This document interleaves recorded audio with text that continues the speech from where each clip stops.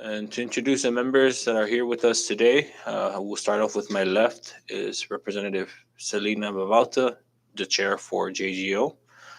I am Donald Magnolia, the chair for Ways and Means, and to my far right is Representative Patrick St. Nicholas, representing Precinct 6, the island of Tinian and Aguigan.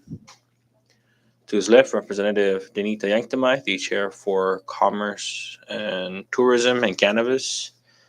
Representative Vicente Camacho, the chair for Federal and Foreign Affairs, and Representative Sheila Babalta, the chair for Natural Resources. All right, good morning again, members, and also joining us is Representative Richard Lizama, the chair for PUTC. And assisting the committee, we have Sergeant at Arms Will Ogden, IT, Jonathan Diaz, our legal counsel, Joe Tyrone, fiscal analyst, Thomas Robigo, and senior legislative assistant, Claire Sablon. Again, good morning to the secretary and his team, as well as to the members. Today, we have the Department of Land and Natural Resources that will be coming up first. And while we had the OPM scheduled for this afternoon, unfortunately, we received news that the director would not be able to make it and had asked to reschedule. And so when we get a time that is convenient for the committee and Miss Franny, then we'll set that up. But however, we still have other agencies tomorrow and Friday as well. And so with that, before we proceed, can I get a motion for the adoption of today's agenda? All right, motion was made and seconded. All in favor say aye. All opposed say nay. Motion carries. I also like to introduce the vice chair of the committee, Representative Karina Magwafia. Good morning to Secretary Beneventi and to your team. Welcome to the legislature. The Department of Land and Natural Resources submitted a total budget request through all divisions of $3.9 million for the upcoming fiscal year. That's a combination of 6 divisions to include agriculture, fish and wildlife, parks and recs, soil and water conservation, land registration, and natural resources, or the Secretary's office. Of the amount requested, approximately 3.1 is proposed for personnel for a total of 101 positions. In addition, 783,000 was requested to provide for operations, 7,000 for utility. However, the governor's proposal allocates 2.13 million and 93 personnel. This computes a shortfall of 1.76 million. However, we did hear from the Secretary of Finance that we are expecting a revised budget submission on July 1st, which shall include additional funding to operations. And additionally, what we would like to hear, and I hope that the Secretary and his team had the information on revolving funds, because according to the budget submission, there's about 4 or 5 revolving fund accounts, and I see that some of these accounts have significant funds in there. And just to get the update of where the department is at in regards to what has been collected and what will be expended, what's proposed for next fiscal year. And so with that, we invite the secretary and his team to join us in the chamber. And Secretary, if you have any remarks, the floor is yours.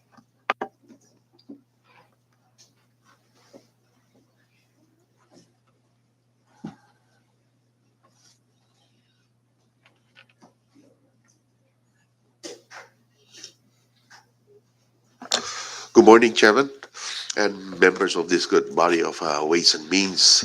It's always been an honor to be here in the House chamber, especially today, for this budget hearing. Uh, Thank you, Mr. Chairman, for providing that information. I know that DLNR will stand with what has been submitted, but like you said, Secretary of Finance is proposing of submitting a revised budget.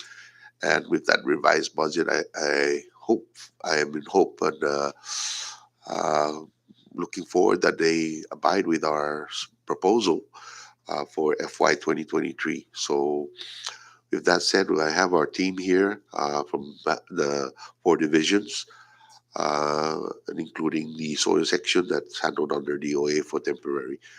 But I'll let them to introduce themselves. My name is Tony Beneventi, Secretary for the Department of Lands and Natural Resources. Thank you, Chairman, and good morning, everybody. Good morning, Chairman and members of this body. My name is Manny Pinglin, and I'm the Director for the Division of Fish and Wildlife.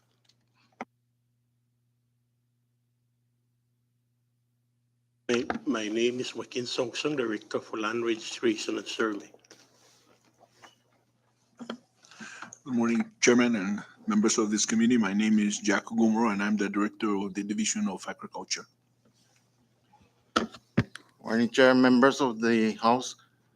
Acting Director Ray Sabang for the Division of Parks and Recs.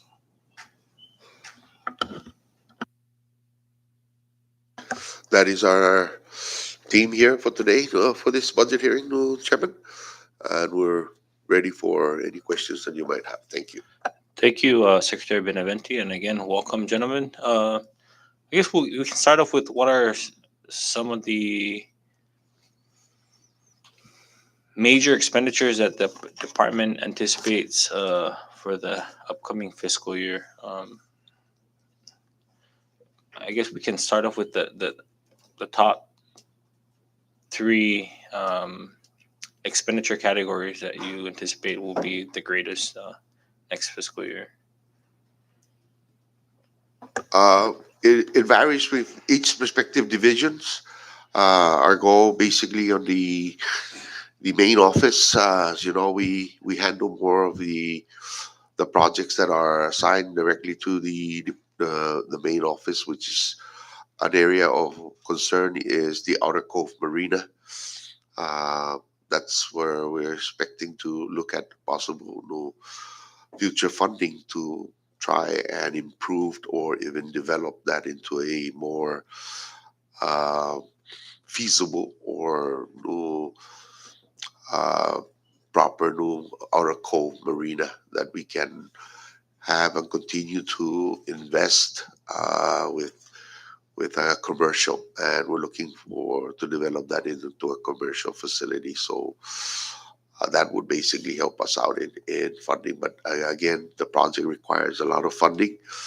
I believe that for now, we and the governor are working at $5 million to look at an A&E plan to try and develop the breakwater, and that is the most key importance for that outer cove is the breakwater that we're trying to do. So that's one of the major concerns and proposed projects for the under the main office of DLNR is that outer cove. Other areas requires mostly to work with the division's proposed projects.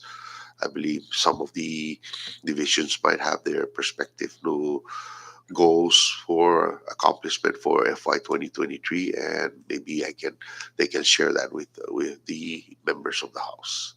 Thank you. Okay, the Division of Fish and Wildlife is heavily federally funded. However, we have about 12 personnel or for the division under local funded. One of the costs that we want to see is that of all our personnel be funded, especially for the conservation enforcement section. Absent of the ARPA, we will lose about 7 of our enforcement. That would only leave us 3 people.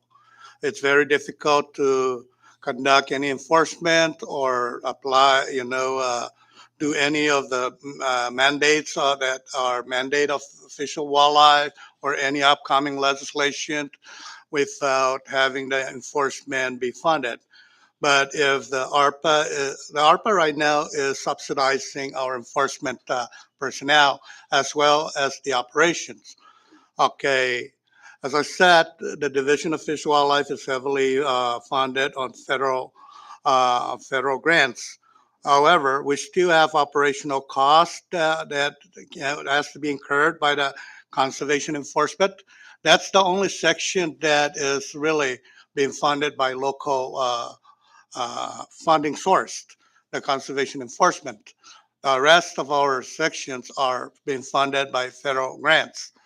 Okay, so it would be nice if the ARPA continues to exist for the durations of 2022 to 2023, to continue subsidizing the conservation enforcement operational expenses.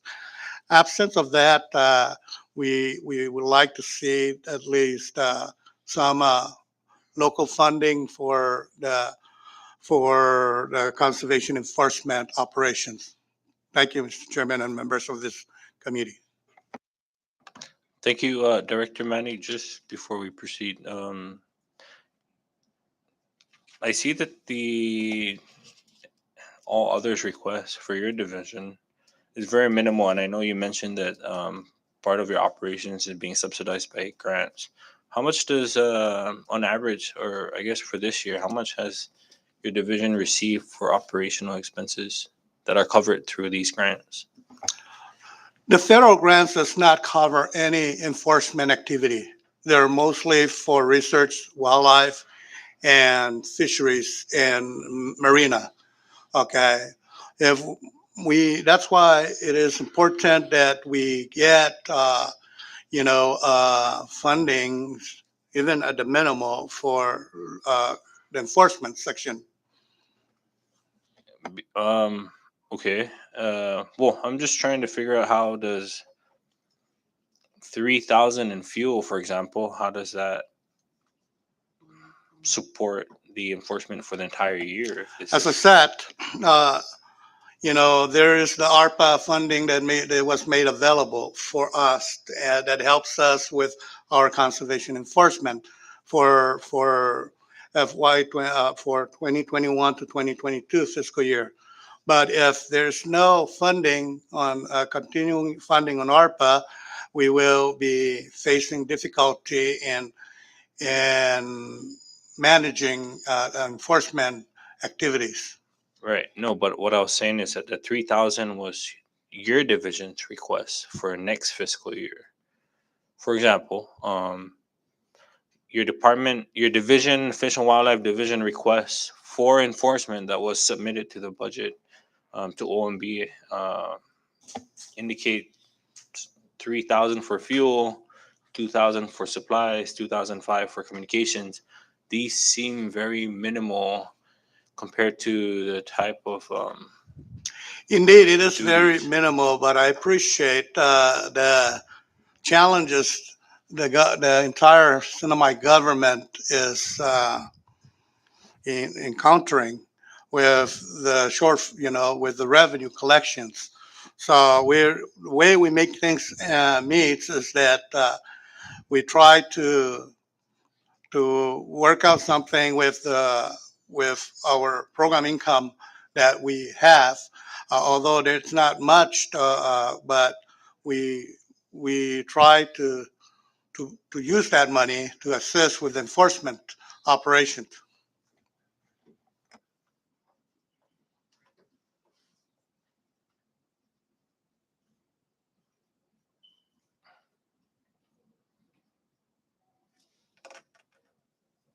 What would be Fish and Wildlife's um, total expenditures to date for the current fiscal year? You're talking about the entire Fish and Wildlife. Yes.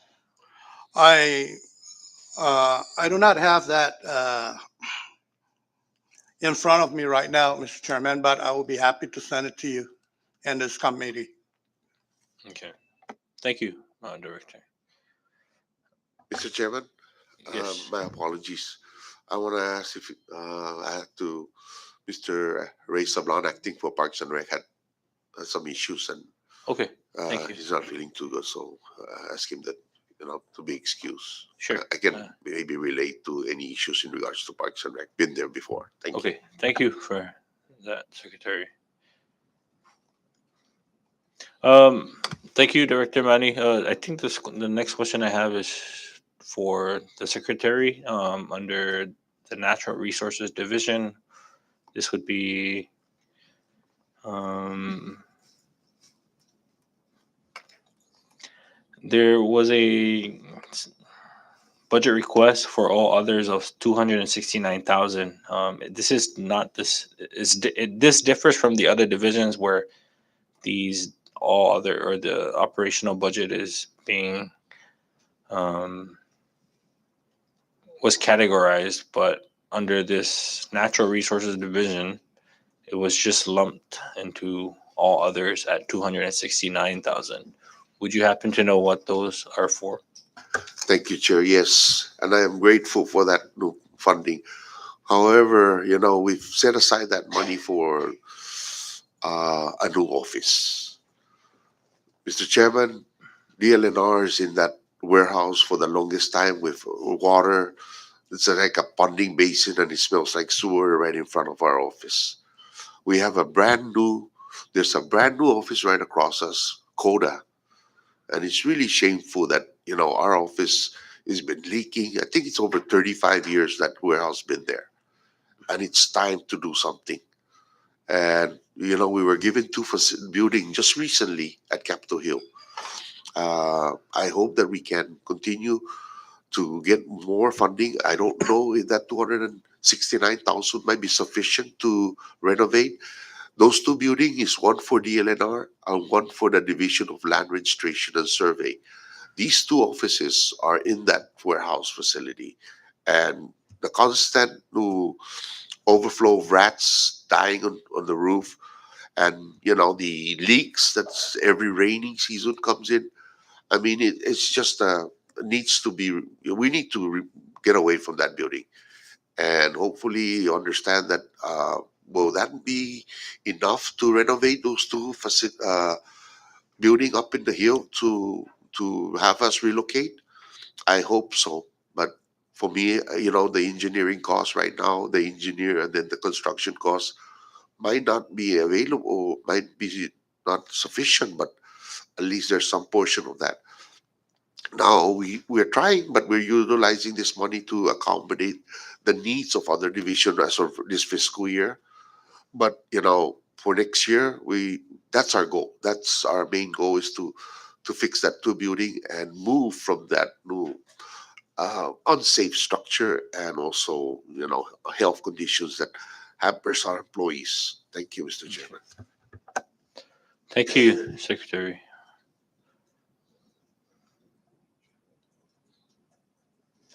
And I know acting director just left, but just one more before I hand it over to the members. The Parks and Recs division seems to be one of the largest division with 40 personnel.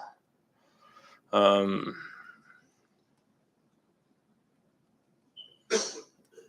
is that number still sufficient to provide the services to the community, or? Mr. Chairman, yes, I've been always requesting and I've always favored the Parks and Rec operation. It deals from one island, from one point of the island to the other end, from Objan all the way to Marpi. And the projects, the grounds that we do is almost equivalent or similar to what the mayor's office. The mayor's office gets more. A lot of money that has been appropriated or been given, and they do a major task as well. But more manpower to them that they move around so fast in their grounds. But parks are separated. It deals from Obsan Beach, Beach Road, all the way to Marpi, and also in the backside from Tang Beach, Marine Beach, and all the recreational areas, inland recreational areas, like just down here on this open field here. So they varies their operation, but at the same time, equipment requires repairs. We need more of an additional equipment. Facilities require repairs or improvements. So there's existing toilet facilities that are in operation. Those would benefit the cost of those projects, the funding. So we're looking at Kilili Beach to try and upgrade that and fully have that functional, as well as the Paupo and all other that we can do, upgrade our facilities and accommodate more or less as improvements to other shelters or pavilions. But again, you have to understand, coming around the corner, Parks and Rec is obligated to handle the Marpi Cemetery, and we're looking at opening that no, the Marpi Public Cemetery. We need to start that. It's very important, and the maintenance of that public cemetery is critical. That we have a funding available to manage, maintain, and contract and see how we can do like public works to open the crypts and burial and services and all that. So it's a start that we're looking at opening maybe beginning of this year, this fiscal year, the new fiscal year, and start addressing that new public cemetery, because it's there for a purpose, and we need to accommodate that new or commence the usage. So that's an added cost that in terms of maintenance and upkeeping, and even kind of beautification as well, is somewhere in a sense to accommodate the funding that's needed for the next fiscal year. If you were to estimate the total cost of that project just to get it cleared and just to get it to where you feel it needs to be in order to be open, how much are you looking? About 100,000, sir. 100,000. That's considering to include, almost the same amount more added to the present budget for Parks and Rec, like the 300 some thousand. But I can believe that it can accommodate through that fiscal year, that funding for the next fiscal year. There is a $1 million that I've heard. Presently, there's 2,500 existing cribs on that new public cemetery. There is going to be another 2,005 to be constructed. So that will make it 5,000 cribs. So that's in the works right now. Thanks to DFW Wildlife, they've cleared the portion, the other land area that to proceed. And I believe, if I'm not mistaken, the 1 billion is already set aside for that construction for the additional 2,000 cribs, 2,005. So, there's 2,005 existing. I think it's time to utilize that. It's been sitting down and ready for public for to accommodate, because the Tanapak is getting loaded, and that's something that we have to under, you know understand, that we can't continue to expand that, but at least the Marpi would do provide our burial grounds for our folks or families as well. Thank you. Right. Thank you. Thank you.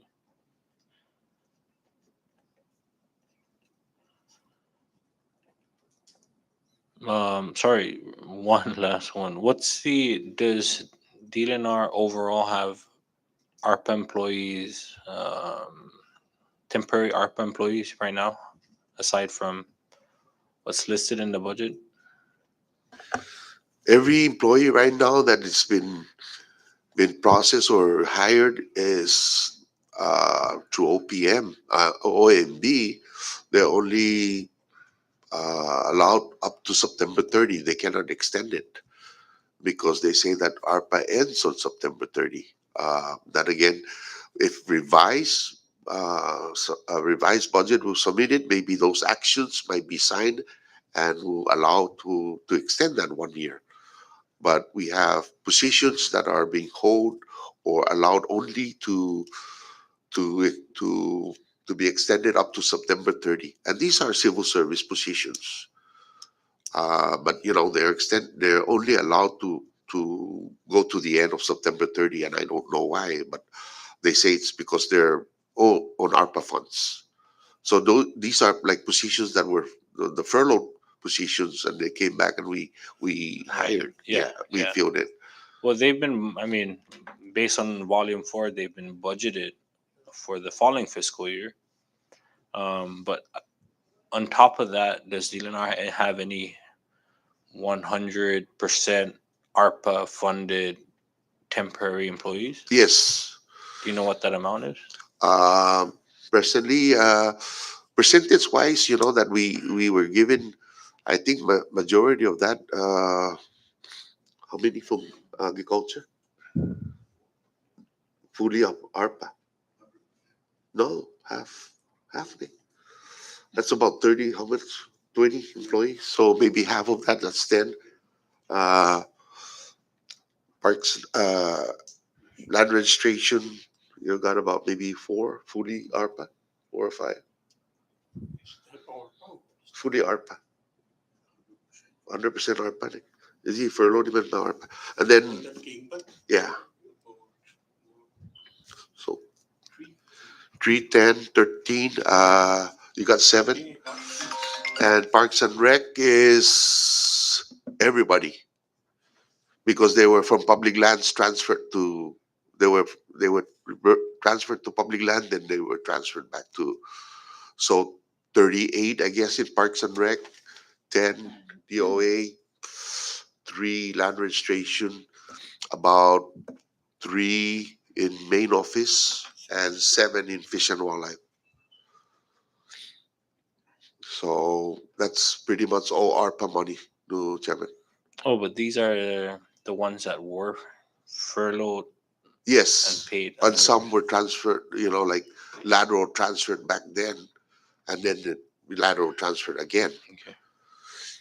So we had no control of the funding for parks, the entire Parks and Rec, FY 21, I believe. Okay. Thank you, Secretary. I now open the floor to the members. I recognize Representative Lizama. Morning, Chairman. Thank you. And good morning, guys. Good morning from the DLNR.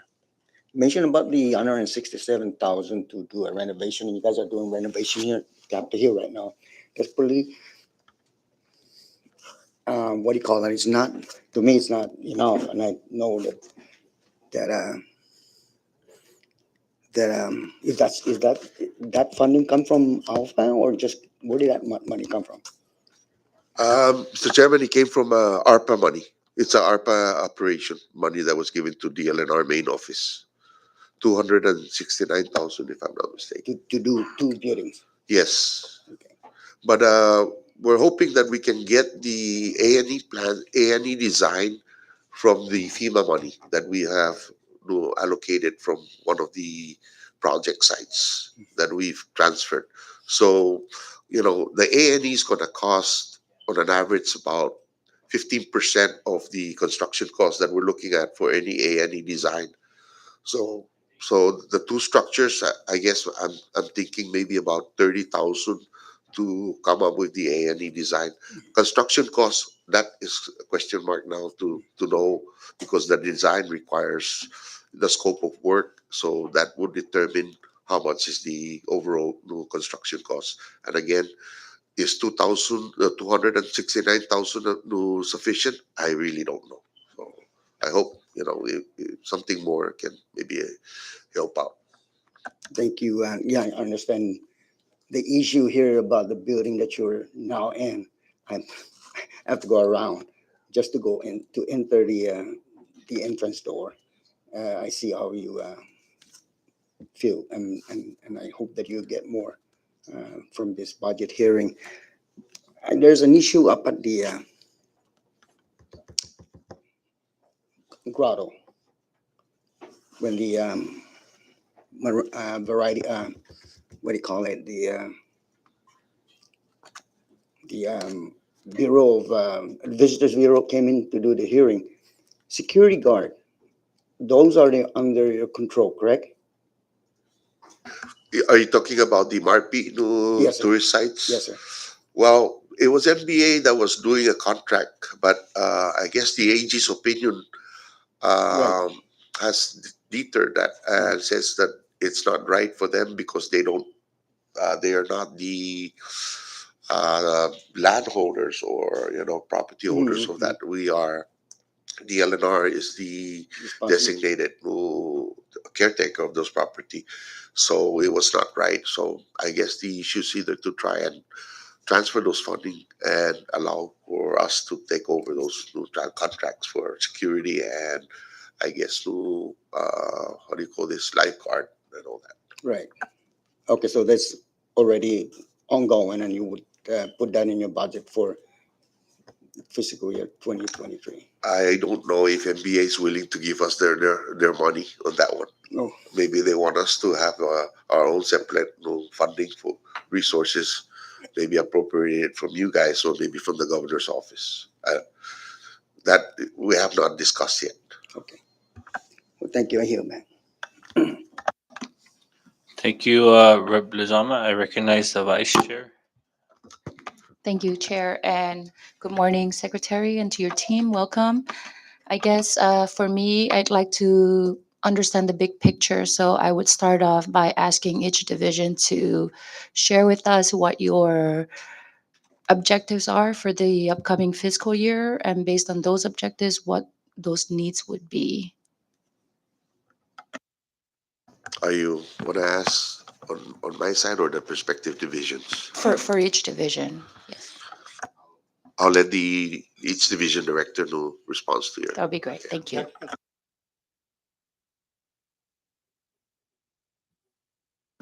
Land registration and survey. I handle public law 3-79, 3-74, and 1-8. 3-79 is the survey of all these pre-work property, like these land claims. And 3-74 is transfer of certificate of title based on like surviving spouse. And 1-8 is the mapping clearance that we clear from every respective surveying company and even through the government agencies. And we provided research relevant to map information and document in the division and the research section. So what would be your objective that you would like to accomplish for the upcoming fiscal year? We're still gonna continue upgrading all land data in the cinema, into the computer system, and continue providing map clearance for all this surveying company, research relevant to the public, and issue certificate of title for all this pre-war survey. That's- Let me add to what my proposed discussions with the director Song Sung. Um, Vice Chair, honestly, there's land documents there in that office that needs to be protected. We need to preserve a lot of those land documents, and digitizing them is the most important. I've been trying to ask for funding.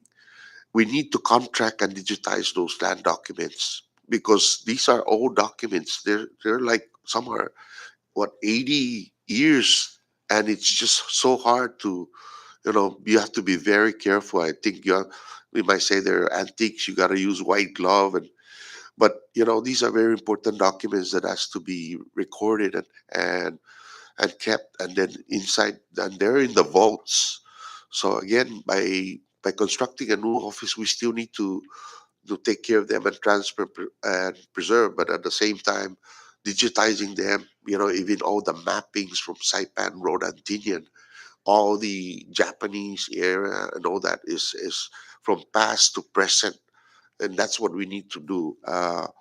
That is to organize a proper new I guess, upkeeping of these records because we don't want anything missing.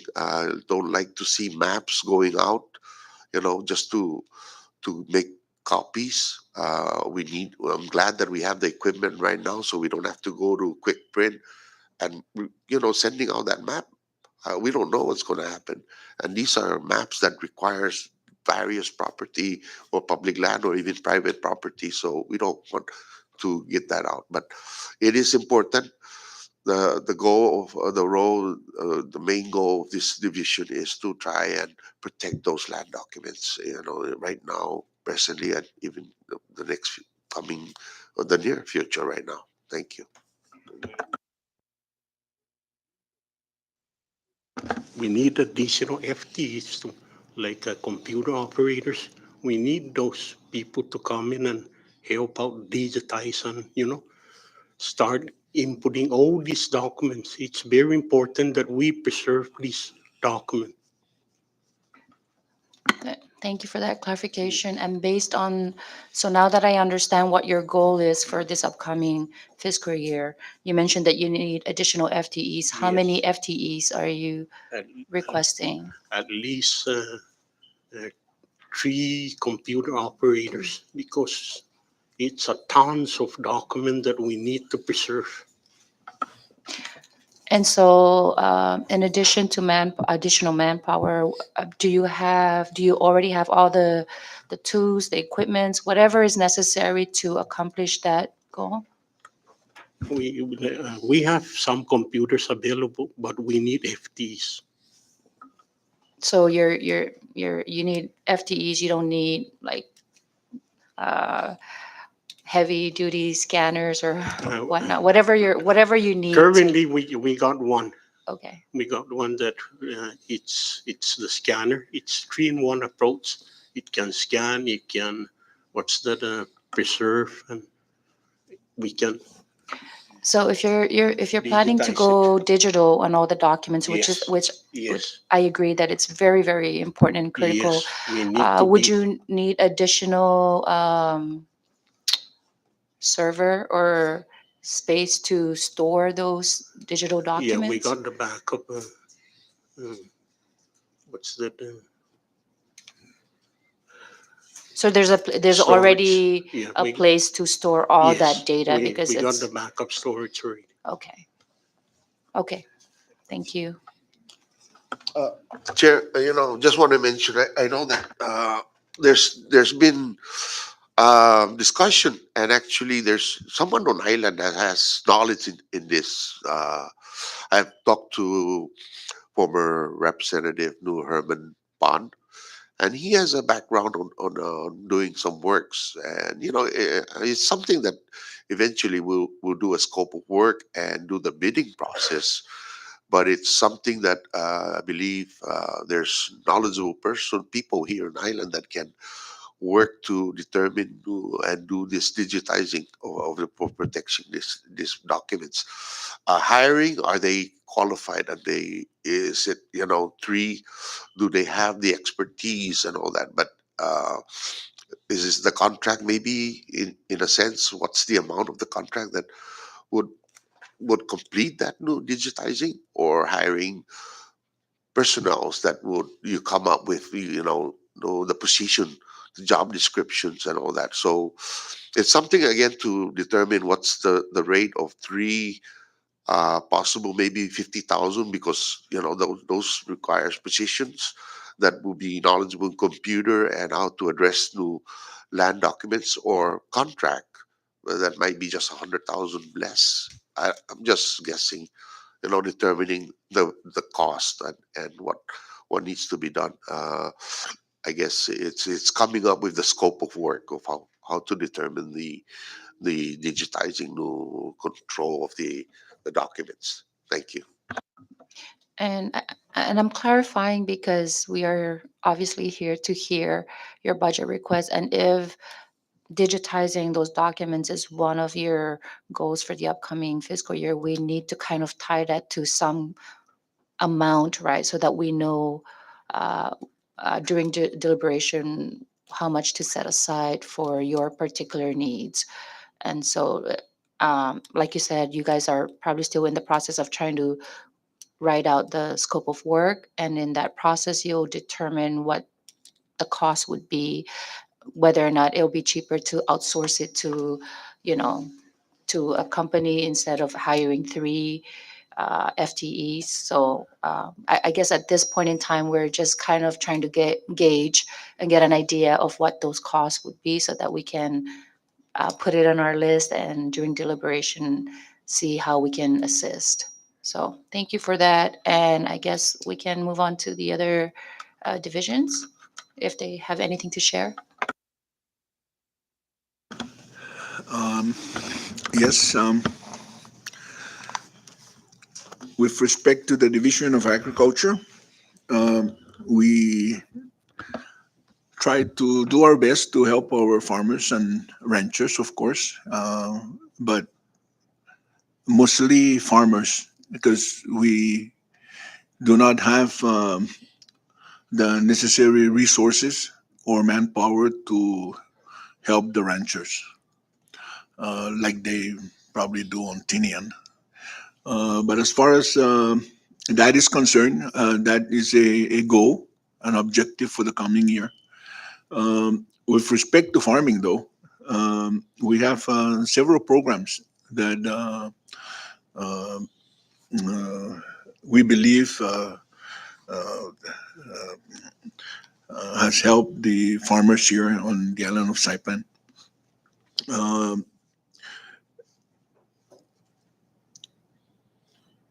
these services are a product of the federal programs that we administer, namely the specialty crop, which we bring in close to about 300,000 a year. Uh, the mini food security program, which we bring in about 120 some thousand dollars, and as well as a program called stimulus program under US HR 133. That one we haven't subgranted the money to eligible applicants, but we have been awarded 300 some thousand dollars under that program.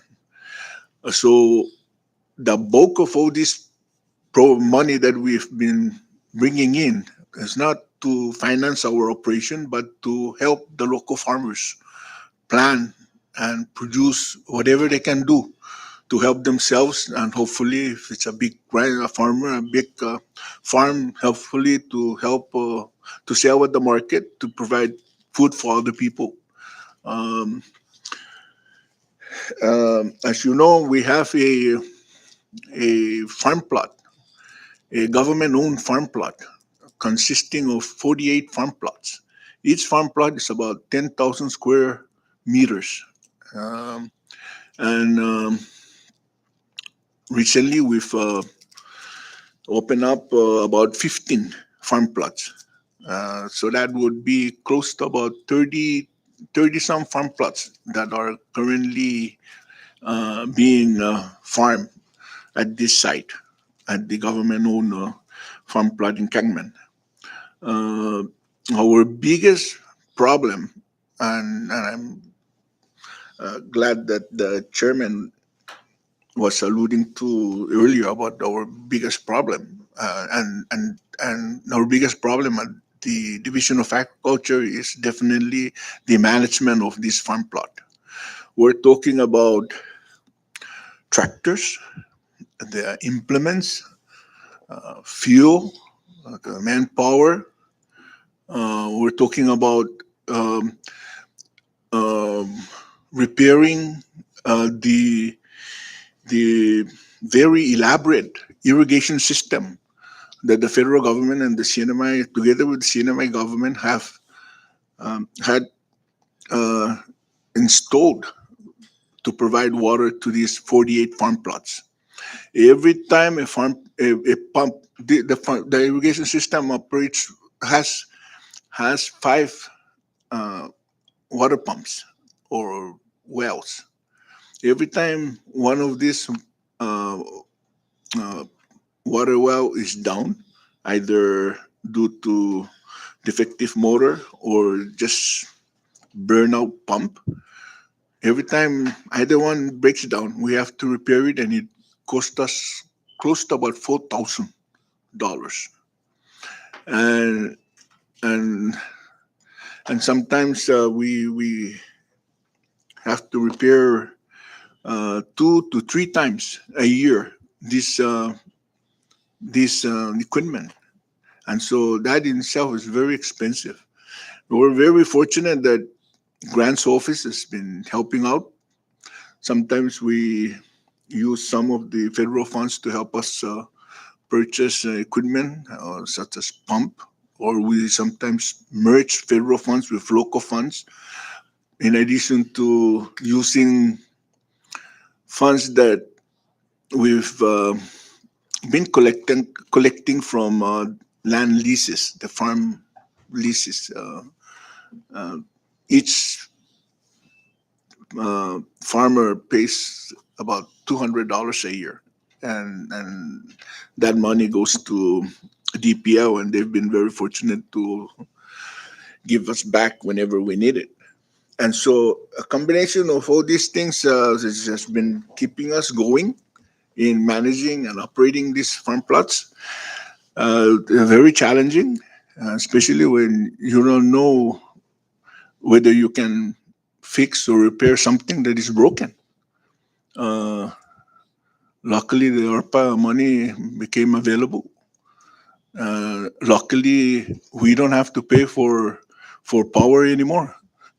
Uh, we just request finance to pay our bill, and they pay it. We were not doing that before. In fact, before ARPA comes into being, we owe CUC close to $200,000 or $300,000 because of the water pumps that operate 24/7. There's now a um, a move by Grant's office to renew its effort to contract uh, uh, to contract this vendor that would provide solar power to our water pumps, and that would really help drop the cost down. Um, um, but that in itself is also a very expensive uh, uh, task. If I'm not mistaken, it's over $300,000. Um, the water well, I mean, not the water well, but the waterways for the Cagman watershed project, that is also another $1 million operation. Um, but the bulk of that, though, is being paid by the federal government. But we do put in our share. Uh, my my concern about it, though, is that when all is said and done, that concrete 100,000 gallon storage up on the hill is not going to be sufficient to water the 48 farm plots uh, when we have a long drought. In fact, if I'm not mistaken, my guess is that it will probably run out of water in a week or two. So, despite the expenses that we are talking about, um, that's what I believe would happen when we have a drought. The water tank would dry up in less than 2 weeks. Um, May I add, Director? sure, sure. Please, Madam. Thank you, Director. And I believe the main responsibility or goal also is the Cagman has 5 water wells that provides for our farmer for the 48 farm plots. There's KS1, KS2, KS3, KG18, and KG20. These are the 5 water wells that's not treated and it's not under CUC that has been controlled by DLNR DOA. Now, these 5 water wells are costing us a lot of money because of the constant new replacement of pumps. Because, like the director said, they're constant. Even if there's no water, these pumps are continuously pumping, and without, and that they damage. They're quick to burn because there's no water. So that we need to really look at addressing that and provide a system that if there's the water table, that's down in the ground and the pump, and if there's no water, it should kick off and not continuous that pump. And that's what the problem is these pumps are continuously running 24/7. And even if the farmers are not there at their farm plot, they leave their water on, and nobody seems to monitor if why their water is just running all over and it's all unused or improperly cared for. So all this continuous, and it burns the pump. We've replaced these pumps how many times? But we need to fix this issue as well. Is to see a system that if there's the water level goes down, then the pump kicks off. When the water level comes up, the pumps would activate again, and be will last long, because almost every year there's sometimes 2 to 3 replacement on each of these wells. So that is the main goal that I've been working with the director, is also to take care of this, to try and to fix these wells. Eventually, these 2 wells would be given to CUC, which is the KG18 and the 20. But the 3 wells will always stay with DLNR because it's in the compound that they dig that well, the KS123. And this is the sufficient water supply for all these 48 farm plots. And I know at times these pumps breaks down.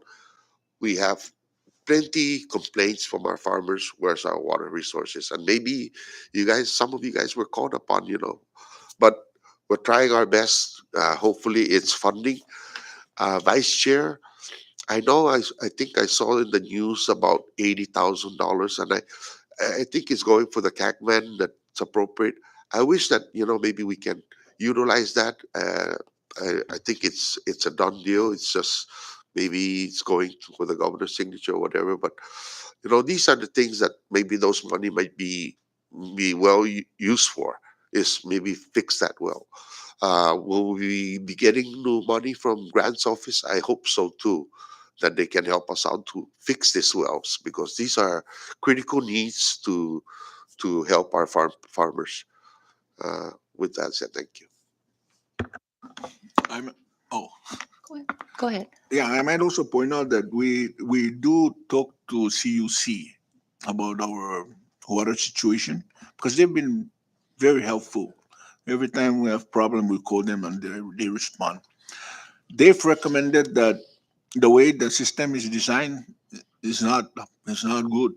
They recommended that, and they've been there before, and they did something that they're using now and it's working for them, and they think it should also work for us.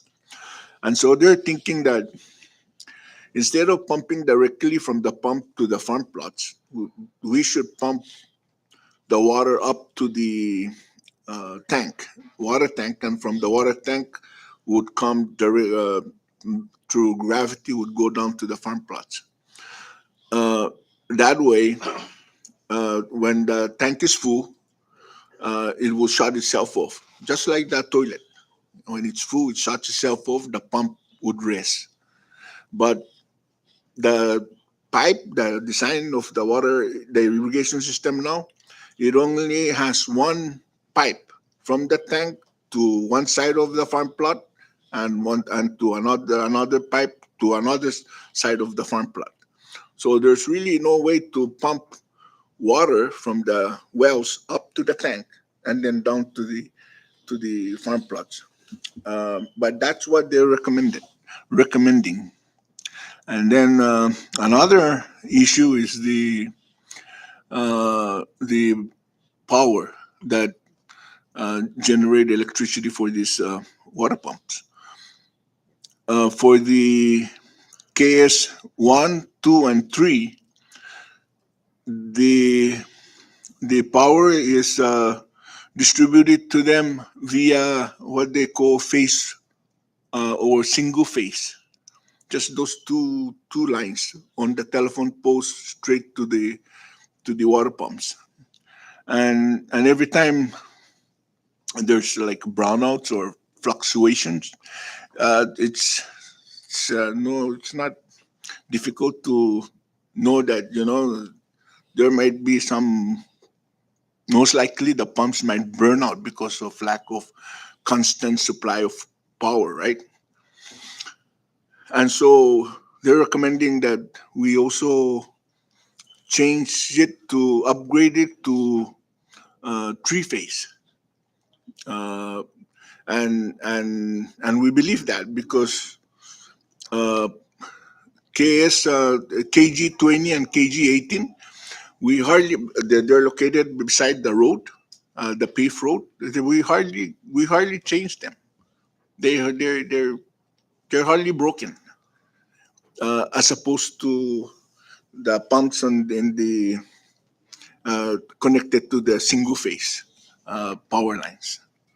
And so if we're to seriously think about uh, where our needs are at DOA, it will be these areas, the water, because without water, nothing is going to grow. Thank you. Thank you for that. Just a few follow-up questions. So, it's from what I'm hearing, there are several things that are definitely in need for your program to run successfully. So we're talking. You talked about repairs and maintenance, right? That's one of your expenditures that costs a lot of money. How much are you looking in repairs and maintenance?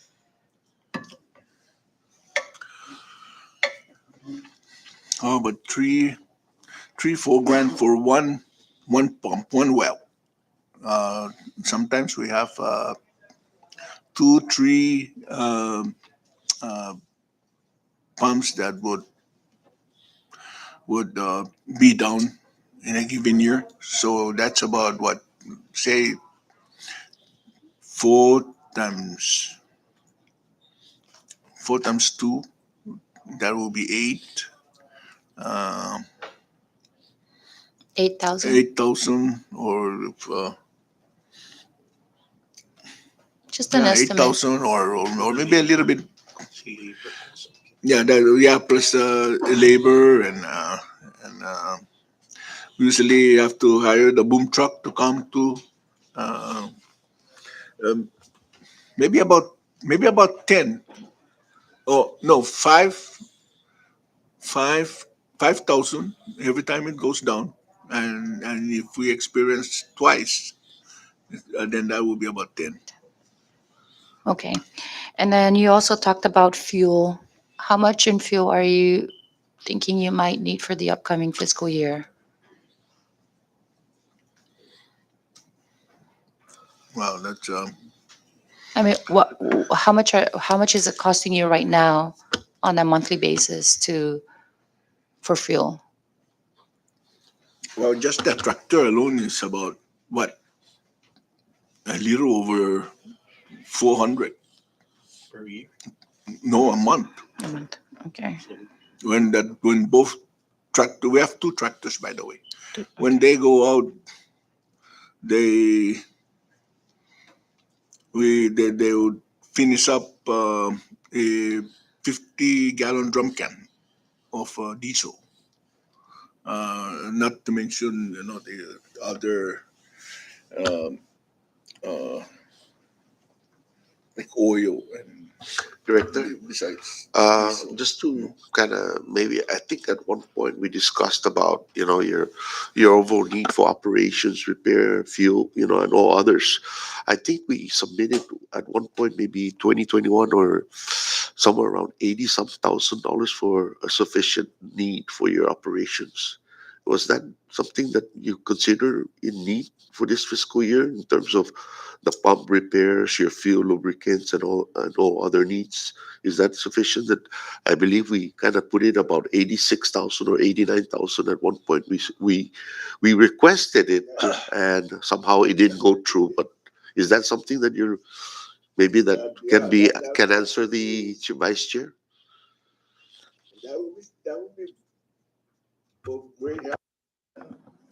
So approximately 90,000 for the entire fiscal year to assist with all your operational needs. Okay.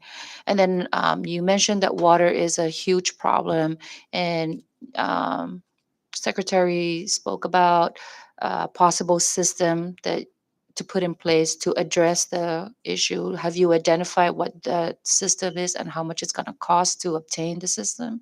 I've talked to a contractor. It's not really going to cost. I mean, with the repairs and maintenance, I think we can accommodate somewhere less about for every pump to conduct maybe average wise might be less than five each. And that's five wells. So, to try and really make that an efficient well supply.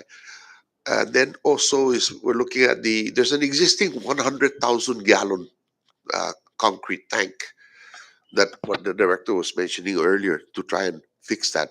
They say it's leaking. We actually don't know, so we need to test that. So is that something to be repaired? Maybe that's something that we can look at it. Will the 90,000 be sufficient? Maybe. I mean, it's just to detect where's the leak, and the leak might be just something to do a patch or a fix, quick repair, and at least get that new well fully operational or tank so we can supply the farmers. But yeah, I think with the $90,000, I think it'd be helpful because the director has federal grants that he can work on, and I believe with the 90,000, it'll be sufficient to accommodate even the five wells in all the repairs. Okay. I think that's it for me at this time. I yield. And thank you, Vice Chair. I recognize Rep. Camacho. Thank you, Chair, and good morning and welcome. Quick question. Are there any task or work redundancy between Parks and Recs, Mariana's Visitors Authority, and the Mayor's Office? If so, is there a coordinated, collaborative agreement as far as areas of responsibilities? Not with the MBA. MBA is more of a assistance on major events, just to accommodate assistance, which is like doing some marathon or any events like the Taste of the Marianas. Doing some I guess no fixer upper, but sometimes they contract. So it's minimal now with NBA. NBA doesn't have, way back they transferred all NBA operations to Parks and Rec, uh, which now we control all the tourist sites. Uh, MB with the mayor's office, I believe that the mayor has, I guess, taken over so much of DPW, but they have not know our operations. We've helped each other in terms of the tree trimming along the beach road when we worked out and how to make that beautify the beach road. Then we help each other, but more on grounds operation. We have our designated sites. They have their designated sites, but no MOA or whatever has been provided or signed. Thank you for that. I yield. Thank you, Rep. Camacho. And before I recognize the next person, just for the record, recognizing the presence of Rep. Joel Camacho. At this time, I recognize Rep. Selena Babalta. Thank you, Mr. Chairman, and buenos dias para todos. Welcome to your chamber. First question. Under the secretary's office, there is a request for additional 3 positions. What are those positions for? Request for 3 positions. Additional 3. You currently have 6 under DLNR secretary's office. You're requesting for additional 3. Actually, it's supposed to be 9, no, that we've had for this fiscal year, no, Chairwoman. You currently have 3. Oh, you have 9 currently. Yes, 9 Hang on. currently. Is that That includes the 2, the boat captain and the mechanic specialist. under Public Law 22-8, the current budget? You have 6. Are they ARPA funds then? ARPA funded? Yes. Okay, that's yeah. why it's not showing on the Yeah, actual. 6 would be. So what is the, we're just analyzing the local Okay, yeah. general fund, local appropriations revenues. So you currently have 6 under local, Uh-huh. and then you're requesting for 3 in FY 2023. What are those 3 positions for? That would Additional. basically put into loco the boat captain and the mechanic specialist for the boat, and also for the we're looking at a federal grants project coordinator. Okay, what are your plans if ARPA funds runs out? How do you hope to Uh, sustain this? Well, that's a good question. We'll I know that that's the governor's office to try and revise that, but is it going to happen? I really don't know. So it's always the question: Will that be th- would that be continued to allow us to have that additional 3 or not? So it's something that we asked to allow to cover the 2 position personally, which is the boat captain and the mechanic specialist. But at the same time, we also asked for that new federal grants project coordinator to help us with all these grants, that's available that we can adhere to. So these are the additional 3s that we've asked, uh, and hopefully that might be sufficient for funded through either local or continuous ARPA money. Thank you. How many vehicles are in your fleet, DLNR, entire DLNR? Main office, we have 1. Land registration, there's 1. Agriculture,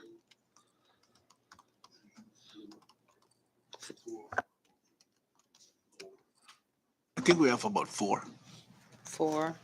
Anybody else in any other division?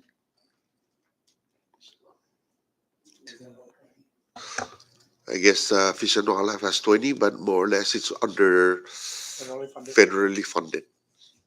Okay, soil and water conservation, do they have any? Veterinary services, that's under DLNR, right? So those are all the fleets you have. And how many watercraft or water vessels does DLNR have in their custody? 1 for main office, the main office DLNR is 1. And then Fish and Wildlife under conservation and fisheries. We have 4 boats, 2 jet ski.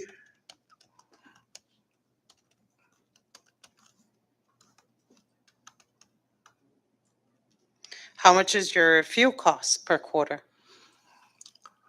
Okay, for the 2 boats that we're talking local only. Yes. Oh, that would be 20K would be sufficient for running the boats on a regular basis What are the boats used for? for marine patrol enforcement. Enforcement do you guys collaborate with boating safety? No, you see, by law, we are responsible to enforce marine laws. Okay. The boating safety is only responsible of enforcing the boating safety part. We are responsible of enforcing threatened and endangered species out there, and other things that are that falls under federal mandates, because we have an agreement with them to be helping each other to enforce that. How So many the boating, certified boat captains does Fish and Wildlife have? well, we have 4 people that can drive, 5 people that can drive the boats. 5. Okay. But the DLNR has also have captains there. Yes. Yeah, we do have. You said 20K would be sufficient to run the 2 boats per quarter? Is that No, per year. per year? And yet your request in FY 2023 is only 3,000 That's right. for the year. Oh, it's federally. There's Uh, some that federal funds pay for? Is No, that correct? but we're using the ARPA money now to run some of our field. Absence of ARPA, I mentioned that absence of ARPA, that $3,000 will not be sufficient Okay. to run our conservation enforcement. Okay, while I have you, because I will move on to the other divisions. I understand that a recent, there's recent information that a NOAA grant for, you were asking about enforcement, and a recent grant from NOAA was recently terminated, the JEA NOAA Yeah, grant, and that was specific to law enforcement. yes. What transpired there? How much is that per year? That's about 50. The last we had is about 60,000. No, 80? Yeah. And what happened? Why did we lose that grant? That was critical to your mission as enforcement. And we're here in this chamber today, and you're asking us to fund enforcement operations for fish and wildlife. What transpired? A lot of things is that the reporting uh, needs to be submitted on a timely basis. And a lot of times, I'm the only one doing all the reporting, and the other enforcements are not capable of submitting the reportings. And I guess that's one of the main issues that they have is the reports that are submitted. And in order for the enforcement to do the reporting, just the same with other programs that we have project leaders, but there's no really a project leader for the enforcement. So they need a good person there that knows how to write a report and submit it on a timely basis, because as director, it's very difficult to be doing all the reportings for the grants, just the same with the reporting for the BTS. I'm the one who's doing the reporting for the brown to snake. And now, you know, sometimes when you don't have that person to assist you, even I do not have any secretary to even assist me with incoming calls and things like that, which makes it challenging to me to meet all those obligations if I'm not given the personnel to assist me. So I can only provide, balance out which one would be my priority to do on a daily basis. And if I am not meeting those priorities, it's not because I'm not able to. I don't know how to do it. It's that I'm not able to do everything by myself. It's unfortunate to hear you say, Director, that your conservation or enforcement people cannot write the reports, and that you have to do it yourself. Um, and that's alarming to hear, knowing that these federal grants are at risk because of reporting issues, as simple as reporting administrative issues. I suggest you hire people who can do the report rather than burden yourself with it. Um, the other questions I had I were, agree with that, Congresswoman, and for many years, the secretary and I and even some of us here appeared before this body, and we asked for, for FTEs, but we were not given the FTEs.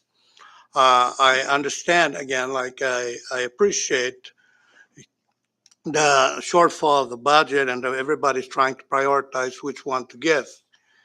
And I even right now, this year, I submitted for another secretary to be put in there. If hopefully they have, As far as the FTEs, you currently have two vacant positions under Fish and Wildlife, an administrative assistant and a secretary two position. right, but those funding So- they're not, they're, when I look at my budget, they're not funded. And if I'm gonna hire under ARPA, you give me a position, but you don't give me the money. How do I hire those things? Reprogramming. Well, if you look at Fish and Wildlife budget, it's only very minute, very minimal. Where would I reprogram money that I do not have? Um, and it's honestly sad to hear that we lost federal funds that do not make an impact on our scarce resources, local resources, that we lost that. How is there any chance to get it back? A lot of this thing happens also because when the COVID transpired between 2020, we lost 7 people. Right there, we lost 7 people. And if we do not have the people to do the enforcement, they put that on their radar. We asked, the secretary and I worked on that. We met with the lieutenant governor and the governor and everybody, and we asked to retain our 7 people. 10, 10 people we have for conservation enforcement. They sliced out 7 of our enforcement and gave me 1 trainee and 1 inspector, and they took out all my conservation enforcement that are deputized, that are sworn, that they can do work. I cannot do the enforcement for a whole year. That's one thing that is alarming also for the JEA. The JEA gives you money because you said you're able to enforce that activity. But if you took out 70% of my force and leave me only with 3 to enforce, how can the JEA looks at that as a major problem? And when we met recently with Congresswoman Yang Timay and Congresswoman Magovnia, and we were talking about a legislation for the teching, I said I cannot support any legislation that if the new law does not give me the people to enforce, how can I enforce that? This is the same thing that goes with also the JEA. On March 2020, when we shut down and we lay off our people, we lay off 7 of my conservation enforcement, and only gives me 3. That is the supervisor, 1 inspector, and 1 trainee. We cannot run the boat. We cannot run at night, and we only do very minimal enforcement for an entire 1 year. So that is not the fault of anybody. For it's just that unfortunately we're hit with the COVID, and then we're also hit with a layoff of people. Those are the reporting is not just the issue of taking out the thing. Our inability to do the conservation enforcement is another major thing that they're considering. The answer to your question, yes, it's possible to get it back. We have to show them that we're capable of doing our job, and we have the people on the ground to do it. And that's when we can go back and talk to them. Um, we'll move along from this, but you were talking about COVID and how COVID has impacted specific to the enforcement. I fail to see how we lost the and I don't I'll admit I don't understand the specifications of the grant, but during COVID, everything was shut down, even the beaches. So there was no enforcement that could have taken place. So I don't understand why COVID was the reason why we lost the grant. But I hope you do. Now that you have the employees back, I hope that you can, try and reach out to NOAA, and hopefully we can get that program back to help your office. But I will move along. Under actually, one question to the secretary: what is the mission of soil and water conservation? Thank you, Chair. Soil and water conservation deals with the farm plots as well, and to the projects that, like the Cackman watershed projects. So these are more to manage and upkeep the sites and maintain the water, the water new supplies to our farm plots. So soil and water deals, and now that we have a recent new election of officers, and we just came in with our new board members for the Saipan and Northern Island Soil and Water Conservation District, Mhm. which again we're going to be visited, I believe, this Sunday by the National Association of Conservation District new president.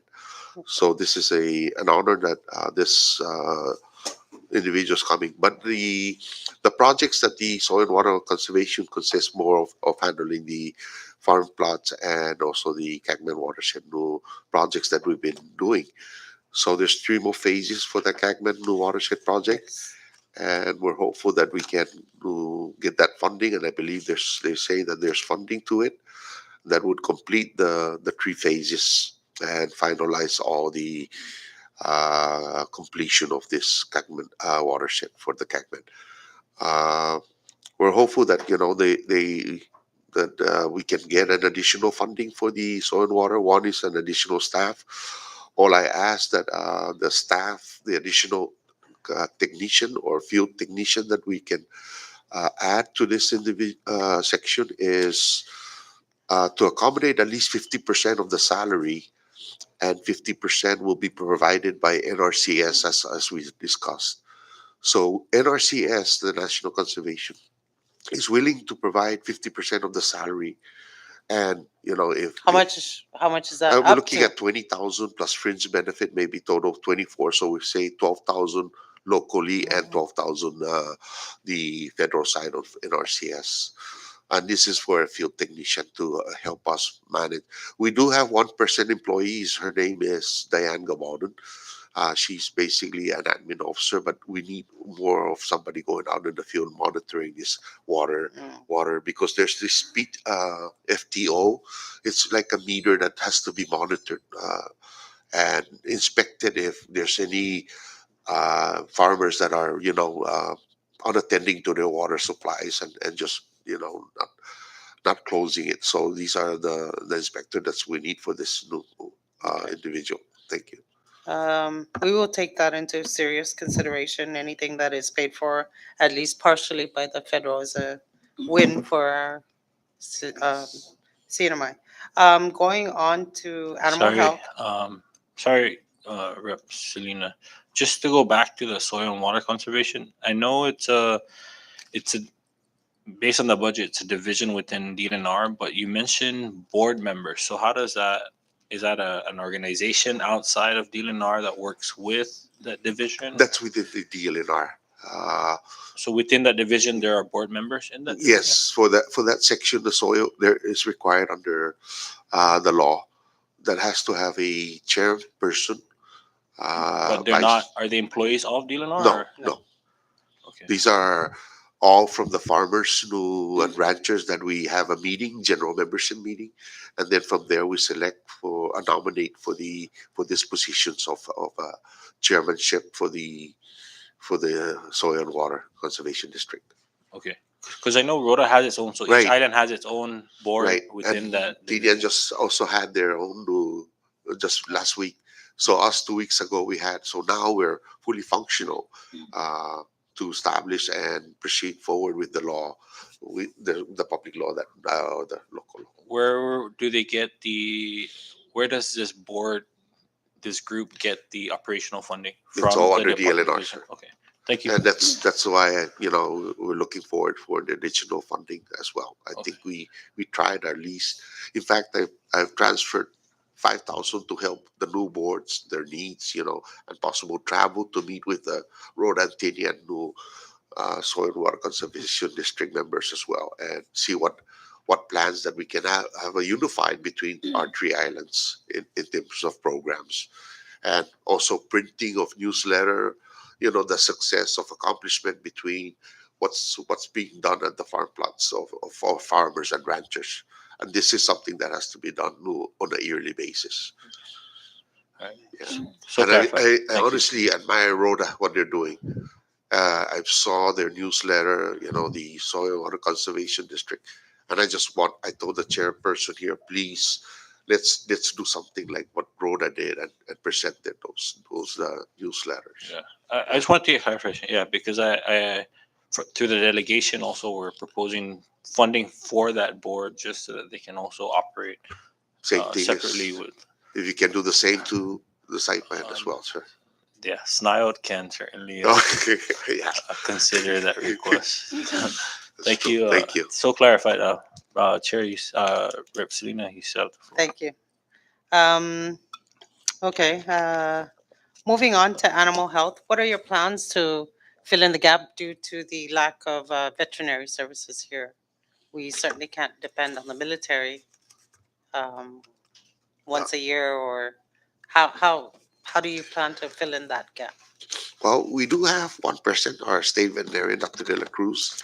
Oh, he's still on board. Yes, Okay. that's one salary there. That's very high. But anyway, he's our state veterinarian. Okay. He's the only one certified to issue license here on island based on law. But we do have one individual, a young individual. His name is Joaquin de Leon Guerrero. Uh, his dad is Patrick Guerrero, who used to be at CUC, and the mom is Berta Camacho. He's got his 2 years of veterinary school, and he's looking forward to proceed and become a veterinarian. So honestly, this is a plus for us, and I think he'll be. A plus, assuming he'll return. Yes, he wants to. Okay. He's here right now, almost like a work training with. No, he's already done his intern. So he's here for a while just to kind of do a work training with Dr. De La Cruz. That's And good. then I think he's planning to leave next year and pursue and complete his veterinary studies. That's good. Yeah. So, hear. Kindo is really moving. Doc is getting good help. But our facilities, no, Chairwoman, I think we have 280, or I'm sorry, maybe 300 some thousand of FEMA money that we're trying to renovate the Kathmandu building into a clinic and also construct the dog compound quarantine facility. So with that $380,000, that's FEMA money. I think that this would be sufficient to complete that because the old building in Asperdido, please understand that there was a direction to relinquish that property back to public land because they were looking at giving it to PSS for Hopwood School or upper level. But I guess I don't know if that's going to materialize. But anyway, According to PSS, it's not. Hopwood will I, not I be believe so. relocated there because they did a study, feasibility study, and it wasn't feasible for Yeah. Hopwood to be moved up there. So Um, we are looking at relocating, and FEMA has agreed. There is an existing structure that we can renovate and maybe less costs and be sufficient to accommodate that 380 some thousand dollars to really build the facility for the animal health services in Cagman, because the existing damaged facility is just going to cost more right now that's there in Asperdido.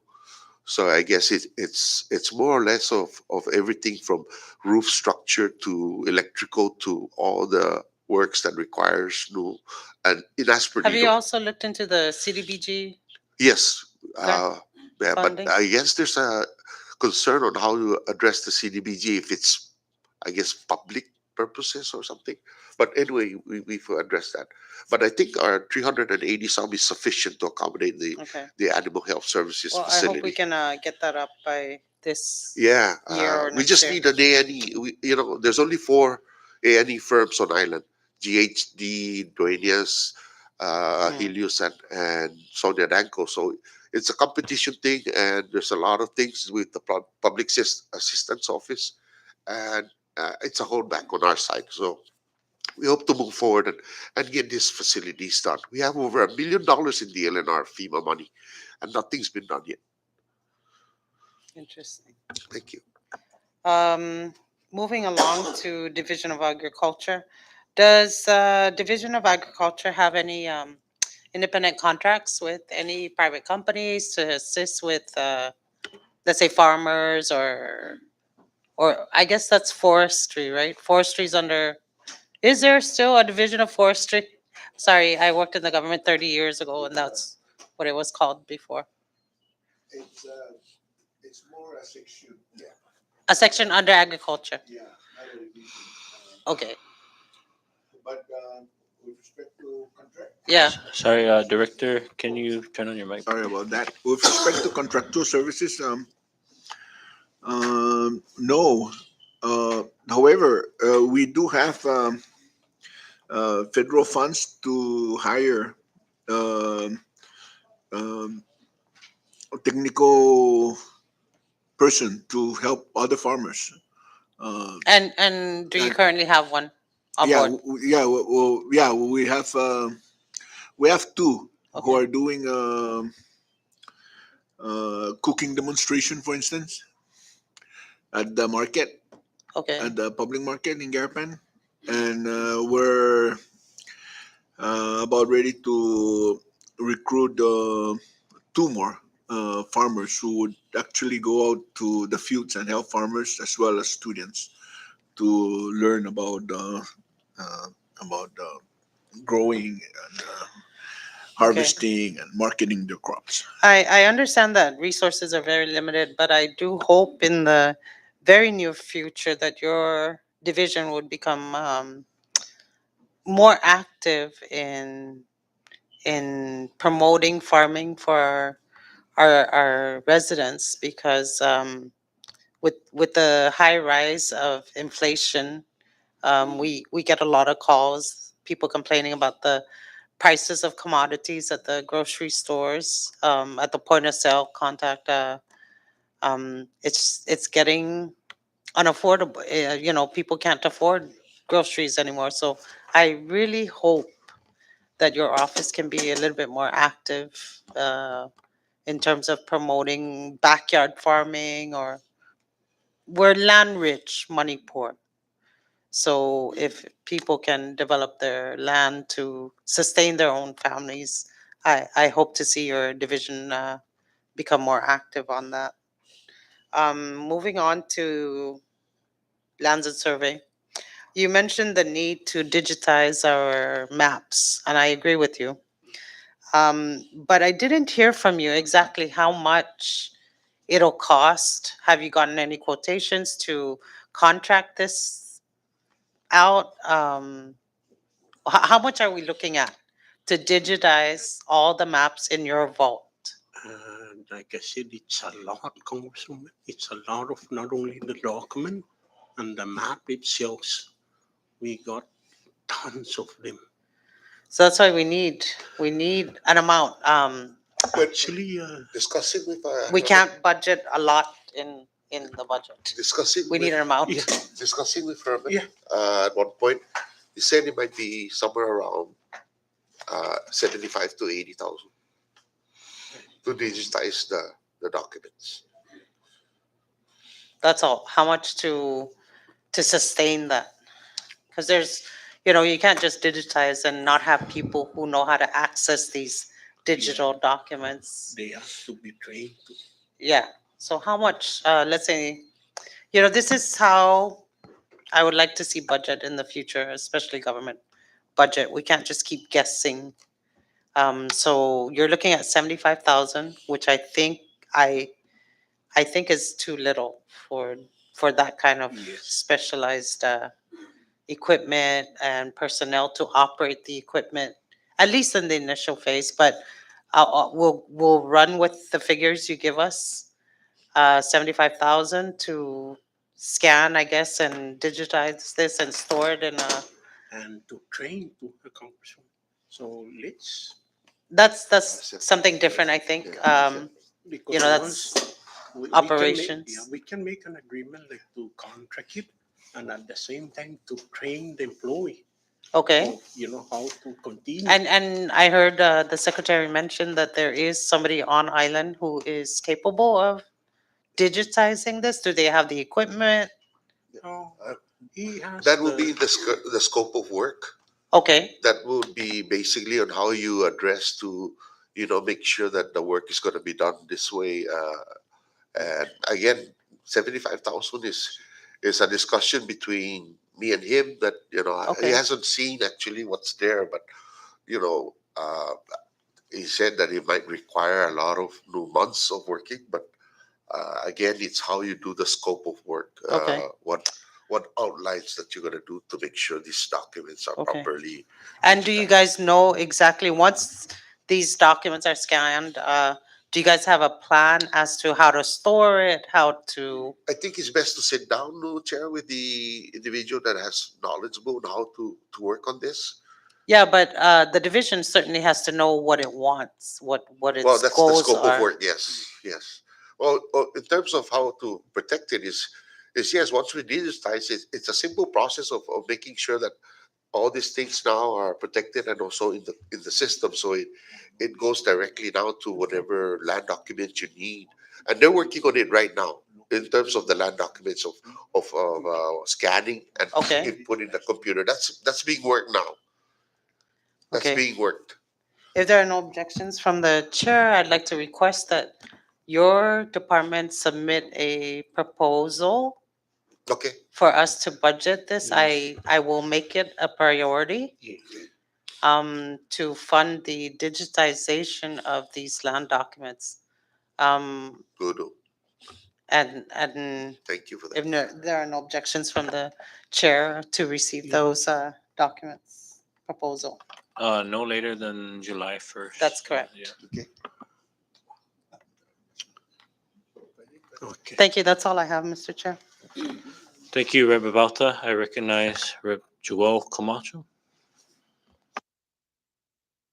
Thank you, Mr. Chairman. Just a really quick question. Just a follow up. Morning, Mr. Secretary, and to you, directors. A quick follow up on I recall 2 years ago or a year and a half ago where the Parks and Recreation were under the account of DPL. Is that still ongoing now or? No more. It's all been lateral transferred again back to DLNR. The whole employees, so the whole operations as well. So that's why it's all under DLNR as of the budget this fiscal year 2022, Okay. and that will continue again for the next fiscal year 2023. Okay, may I ask, what was the reason why there was an MOU between you and DPL at that time? Was it because of the shortfall in funds, or? Yeah, somehow back then, the words the word called furlough was issued, and majority 50% of the LNR employees was removed, and the rest and back to 64 hours. So the remaining, what I guess the governor wanted was to relocate or lateral transfer Parks and Rec to public lands because I believe they might have funding source to accommodate their operational and their salaries. So it wasn't the entire division. Uh, Partly of the division staff also was also kept. The rest were also furloughed to public lands. But it was done basically transferred to public land because I believe with the funding source that public land has, they could accommodate the operations and salary of some parks and recreation employee during that COVID no, period. Okay, thank you. I just want to follow up on that. Thank you, Mr. Secretary. Thank you, Chairman. Thank you, Rep Camacho. For the first round, members, I recognize Rep Bentame. Thank you, Chair. Welcome, everyone. Um, no, I just want to say that I am happy that you are looking into digitizing um, those documents because I remember when I first started, I asked for that to happen. And thank you, that is going to happen.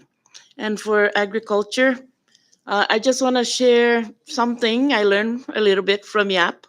Um, the going back to what Rep Selena was recommending about visiting homes. Maybe you can go, yes, visit the homes here on Saipan, so and provide them with some seeds and those plants. I mean bags for planting and soil, so they can also grow their backyard farming. Maybe you can, apply through grants. You did that. Yes, in fact, to plan and show them how to plan it and things like that. In addition to that, we also are doing community farming. Um, we are still trying to get our Susupi community farming up and going. Our problem with that is that in every project we do out in the community, we need a champion to take over. We cannot continue to look after these things. The community needs to take over, and that's our biggest hurdle. Uh, and and also we help uh, other organizations like the independent living organization up on Capitol Hill. We gave them um, high tunnels to for their clients to plan underneath this tunnel so they won't get really hot. But yes, we're engaging the community with what we um, bring in for them. That is the specialty crop program, uh, and another one is the mini grant for food security. And that one we just awarded 15 of our people here on Saipan, Tinian, and Rhoda. Uh, uh, the amount ranges from $5,000 to $10,000 for them to do the project that they like to do. They develop their own project. We will help them um, write their proposals, and now we're just waiting for the contract between them and the government to clear AG, and then after that the governor, and we'll ask finance to start giving out the awards. Oh, that's great. Thank you. Yeah. I just want that to be on record. Thank you. Thank you. Oh, by the way, and I think DPL was giving out lands, not lands, but yeah, lots. Are you guys also providing for those lots, or is it still ongoing? Yeah, that's the farm plot that we're managing in Kangman. Oh, Uh, this one is the one behind the airport. that one Oh, is about what 1,000 square meters, I think, for each farm yes. plot. Well, So is ours is 5 to 10,000 square meters, wow. much bigger. Okay. Uh, but and it's separate from DPL. Oh, really? Yeah. Okay. Thank you. And then going to my friend there, Mr. or Director Pangilinan. Yes, I hope that you can get back the grant for the enforcement officers because it is really needed. And we will try to also um, hunt for some money for that one too.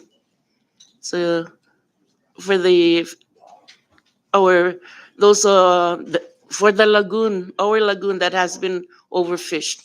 No, we need the enforcement officers. Thank you. All right. Okay, I yield. Thank you, Thank you. Rep Bentame. We'll take two more. So we'll next we'll have Rep Bizama. Thank you again, Chairman. This is a question to the agriculture director. Um, the plots that you providing water in Tacman, are they metered or just a freebie to the farmers? I'd like just like to know that. At one time, they were metered. It was the decision by the Soil and Water Conservation District to have them metered. Right. But through time, they no longer working due to corrosion and soil and other elements. They stop working, and so we're not using them anymore. However, we're basing our fee. Uh, it's supposed to be $25 a month, but because of our problem of the water pump, sometimes they break down. They don't have farmers don't have water. The board again, the Soil and Water Conservation Board, they reduced the $25 down to $10 a month, and since then we continue to charge now $10 a month for their water.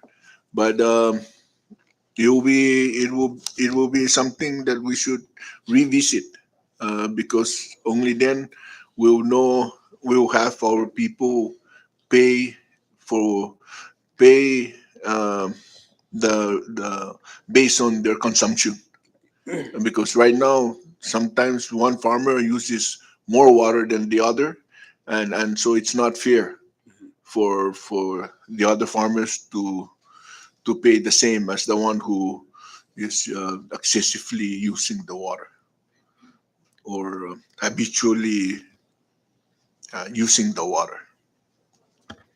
I guess there will be no way to do the rate right now because the fact you just mentioned earlier that when pump and when water well is empty, it will pump dry, and when that pumps continue, it's still there's air going, and of course there if there was meter, it would still push that air through the meter, and the individual will be charged.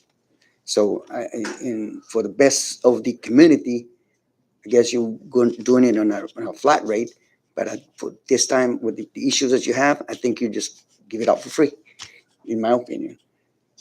Thank you for Let me that. just let me just add, Congressman.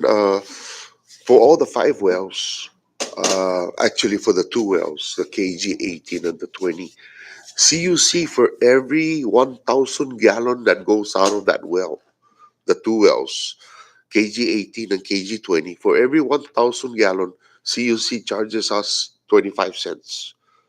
So for 1,000 gallon, 25 cents, but there's a lot of 1,000 gallons. But those are for the two wells only.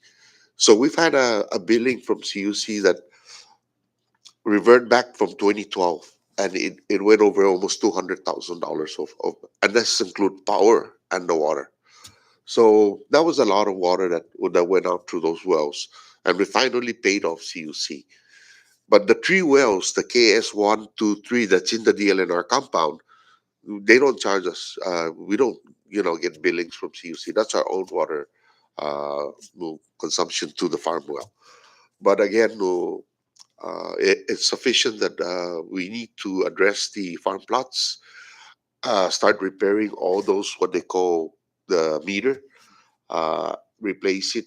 That's what they call the FTOs.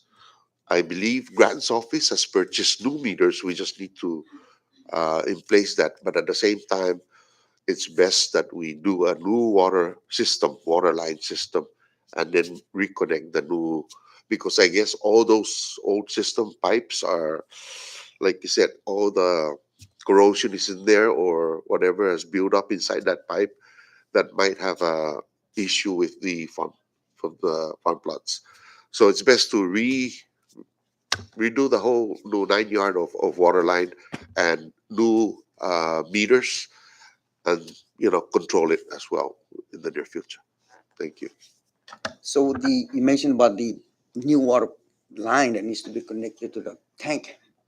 Do you know how much that will cost if we realign a new line to hook it up to the tank so that you can have gravity flow down to the farmers? Do you know that? Do you have any idea? No, but I would imagine it will be in the millions. Just like, remember, right now we've spent close to what, maybe 14 million, 16 millions, and we still have 3 more millions to go before the project is done. I guess it's more from the it's more than the congressman is talking from the well to the tank. I know that we have the phase 3, and that's from the water reservoir to the tank in the future for the Cagman watershed project. But maybe you're thinking about the wells to the tank to run that line. I don't think it's going to cost $1 million just running a direct new pipe from all 3 wells like KS 1, 2, 3 directly to the well to the tank. It's, Um, yeah. the wells to the pump.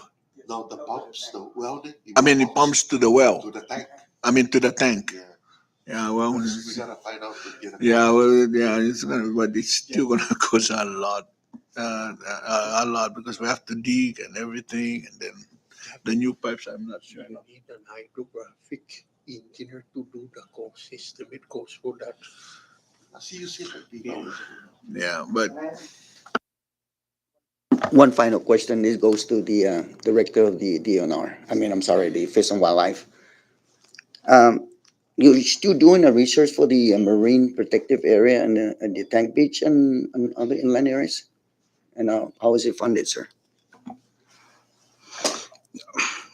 Can you be more specific about research in the marine protected area? We conduct research on the marine in general. What I'm asking for, the general. Yes, so what we do is that we conduct surveys for the populations of the fish within that area. Okay, and what we have funded is a program where we're gonna hire a hatchery specialist. Okay, and that person, what we're gonna do is gonna take some fish from the marine protected area, for instance, in Maniagaha or Bird Island or Forbidden Island, and relocate them over into the Western Lagoon. And before we do that, we would tag them. So we would see where the fish, how the fish, the connectivity of the fish. When we release some fish from San Antonio, Chalampiao, Chalancanoa, Susupi, and Garapan, San Jose and Garapan. So we'll see how the fish will move from one area to another. And we will see how they will survive within that area. And we also will allow the people to fish this fish that we have harvested from the MPA so that it will be made available within the Western Lagoon, you know.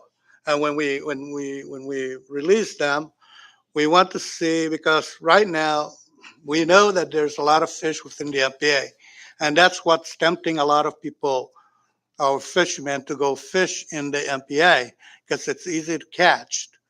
What we do not know is whether the purpose of the MPA is to spill over the fish to the outside its boundary.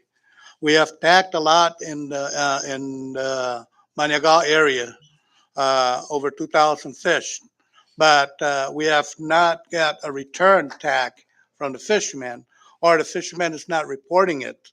So what we're going to do is that, we want to give back some fish to the community for by harvesting it in the MPA and putting it in the Western Lagoon and authorizing the people to fish within that area. Okay. During those studies will teach us a lot of things: the movement of the fish, the connectivity, whether it's how they move from one area, okay, and whether they will also be producing within those area, whether it will help, you know, increase the populations of the fish in that area, within those areas that we will be distributing the fish. once we have that hatchery specialist on board, that would be his job. Okay, so we have other things that we hired. We will be hiring a coral ecologist, and that coral ecologist is to do a plan, a study of the status of our corals in the in the coral reefs and Western Lagoon in Tinian and Rhoda, the lagoons. So it will give us a plan on how we can manage our coral. We know that coral is the habitat where fish likes to live in.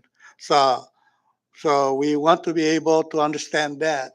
So we tie that in with the in-water hatchery program that we have. I call it in-water because the sanctuaries are basically hatcheries, but it's not been harvested. But we don't want to allow people to swim in the sanctuary.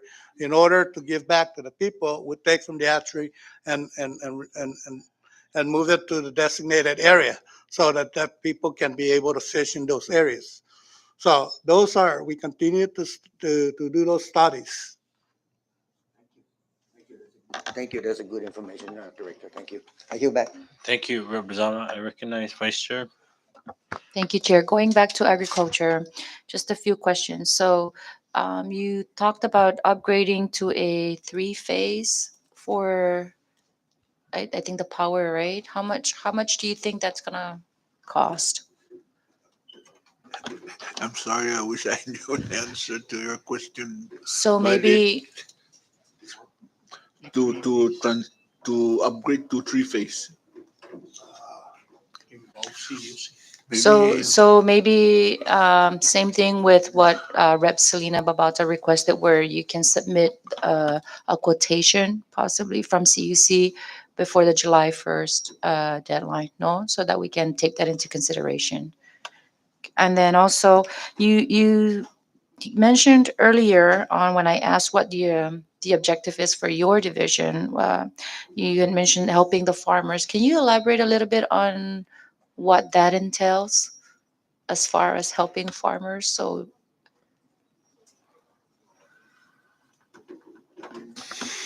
besides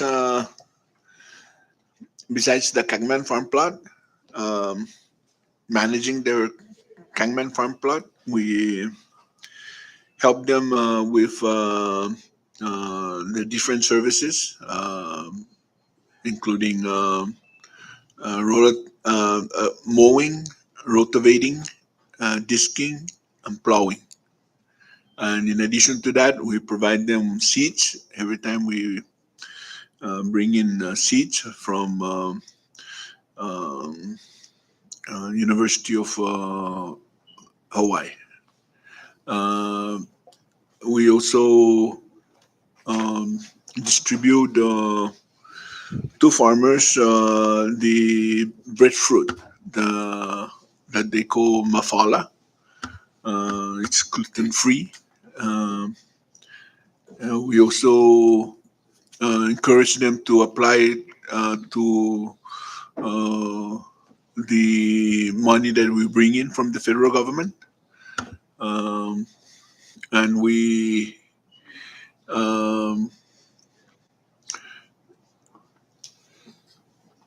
we uh,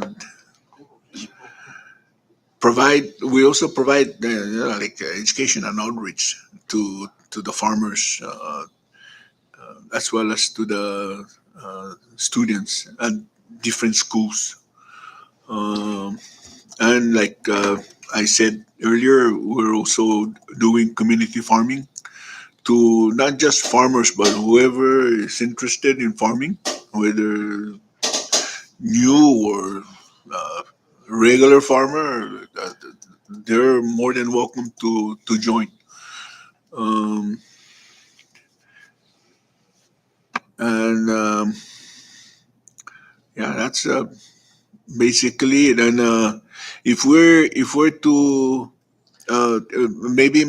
maybe I should mention that's one of our objective for the coming year is to see whether we can use some of this funding that we bring in from the federal government And if you guys have money to provide us, we're more than happy to also use it to hire entomologists, people who are into farming, people who can provide specialized assistance, technical assistance to our farmers, so that uh, their success will come true in the farming business.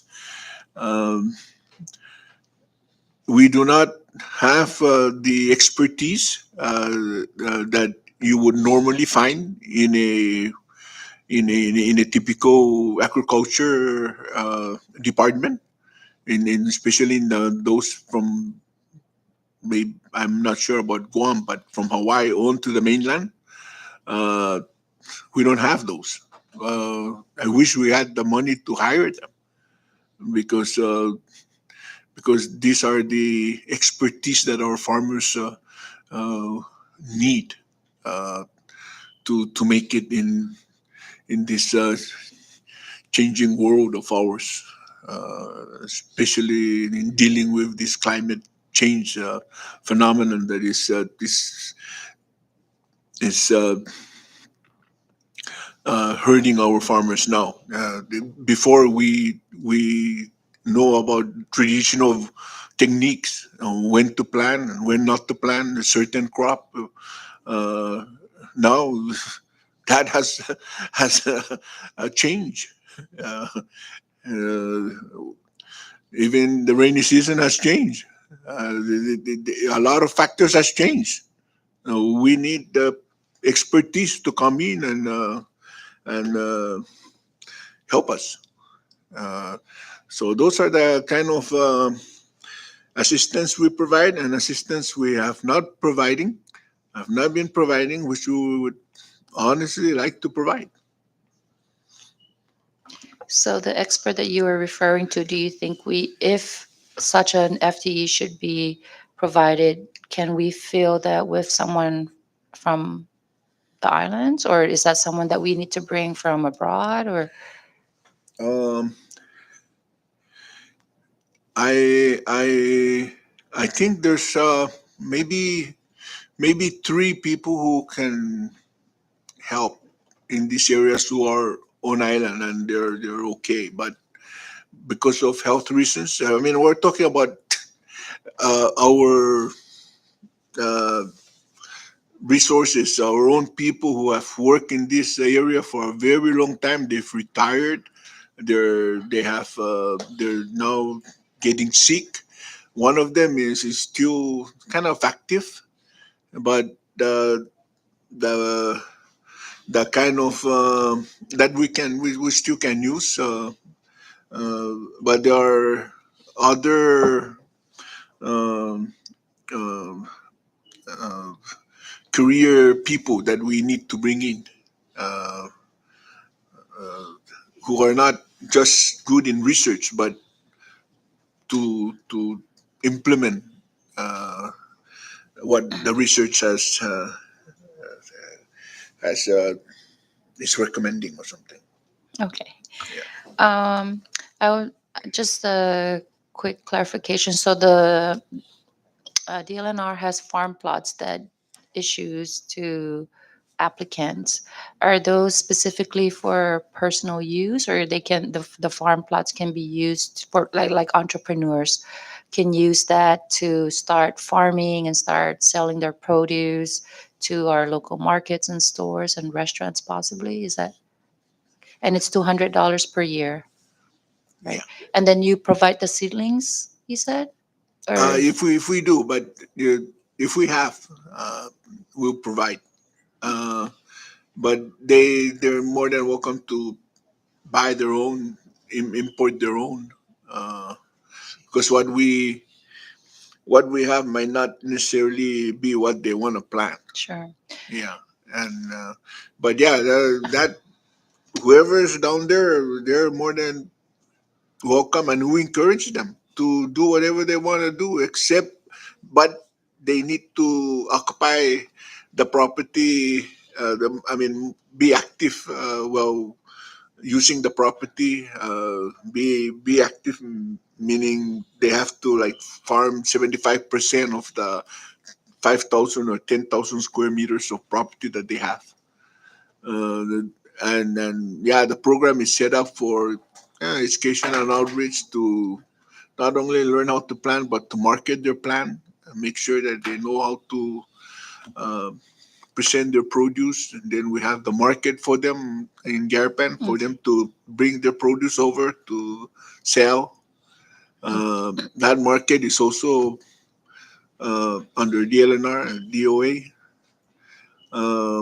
So there's so many things that we're doing, except that I guess we're not we're not very good in disseminating. Uh, Well, I highly encourage that you do, because in the times that we're in right now, I think honestly our people are in dire need of learning how to farm and sustaining themselves using local produce, right? And with everything that's going on outside our region also, we experience shipping issues and challenges. So definitely I encourage that you find ways to disseminate the information publicly so that people are aware of the programs that you have in place. And speaking of programs, you had mentioned the stimulus program that you received for 300K, which you have not awarded anything yet. Can you just share with us what that program is about? this is a program again under the USDA. Uh, and the objective of the program is to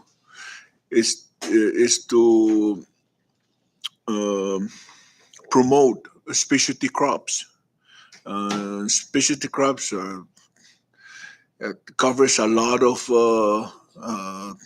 crops, including fruits, and and um, and the bulk of it, which will be about $300,000, will be awarded to um, eligible applicants. Is there a Eligible, number of applicants that it will be a competitive uh, um, process. okay, so there's Yeah. no limit of applicants. It Uh, just depends, like first yes. come, first serve. And then Yeah. the funding allocation is based on what their needs are. Yes. So once we open it up, it will be up to you to come up with a project that would promote specialty crops. So planting cucumbers is one project. That is an eligible project. It is up to you now how much you think you would need to plant uh, cucumbers and sell cucumbers, and not just for your consumption, but to also sell.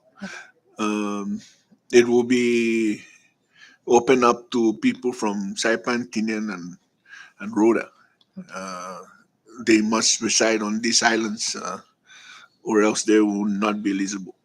Is that program available now or We're going to be announcing it soon. What we're what we have we received it last year, October of last year. But we haven't announced it yet because we were busy announcing the other two programs that I just mentioned, the specialty crop program and the mini grant for food security program. For both grants, and also for the stimulus grant, we will again have the same process in reviewing. We'll have maybe five people again to review their projects, uh, and uh, and work with our counterparts on projects that we believe are okay to be awarded, and hopefully within 4 or 5 months, the applicants should receive something to start planting. Okay, and then all of these different programs that you have, are they available online? Like, can we go to your website and view those, get those information? No, we do not have any website yet to say, yeah, you can download our application online, or to come to our website and learn more about what we do at work. Uh, uh, I think I think that's something that I think that department should, um, if funding again permits, to have, so that the divisions. I think, if I'm not mistaken, only DFW has a website. No, Director Pangilinan. Yeah. I think it would be very helpful if our people can have access to information, especially programs that deal with money, right? Like funding assistance. That would be really great for them to get information. And if not, maybe just have it on the newspaper or on the radios, just share that information, because I'm pretty sure there's a lot of people out there who would like to avail of those programs. Thank you.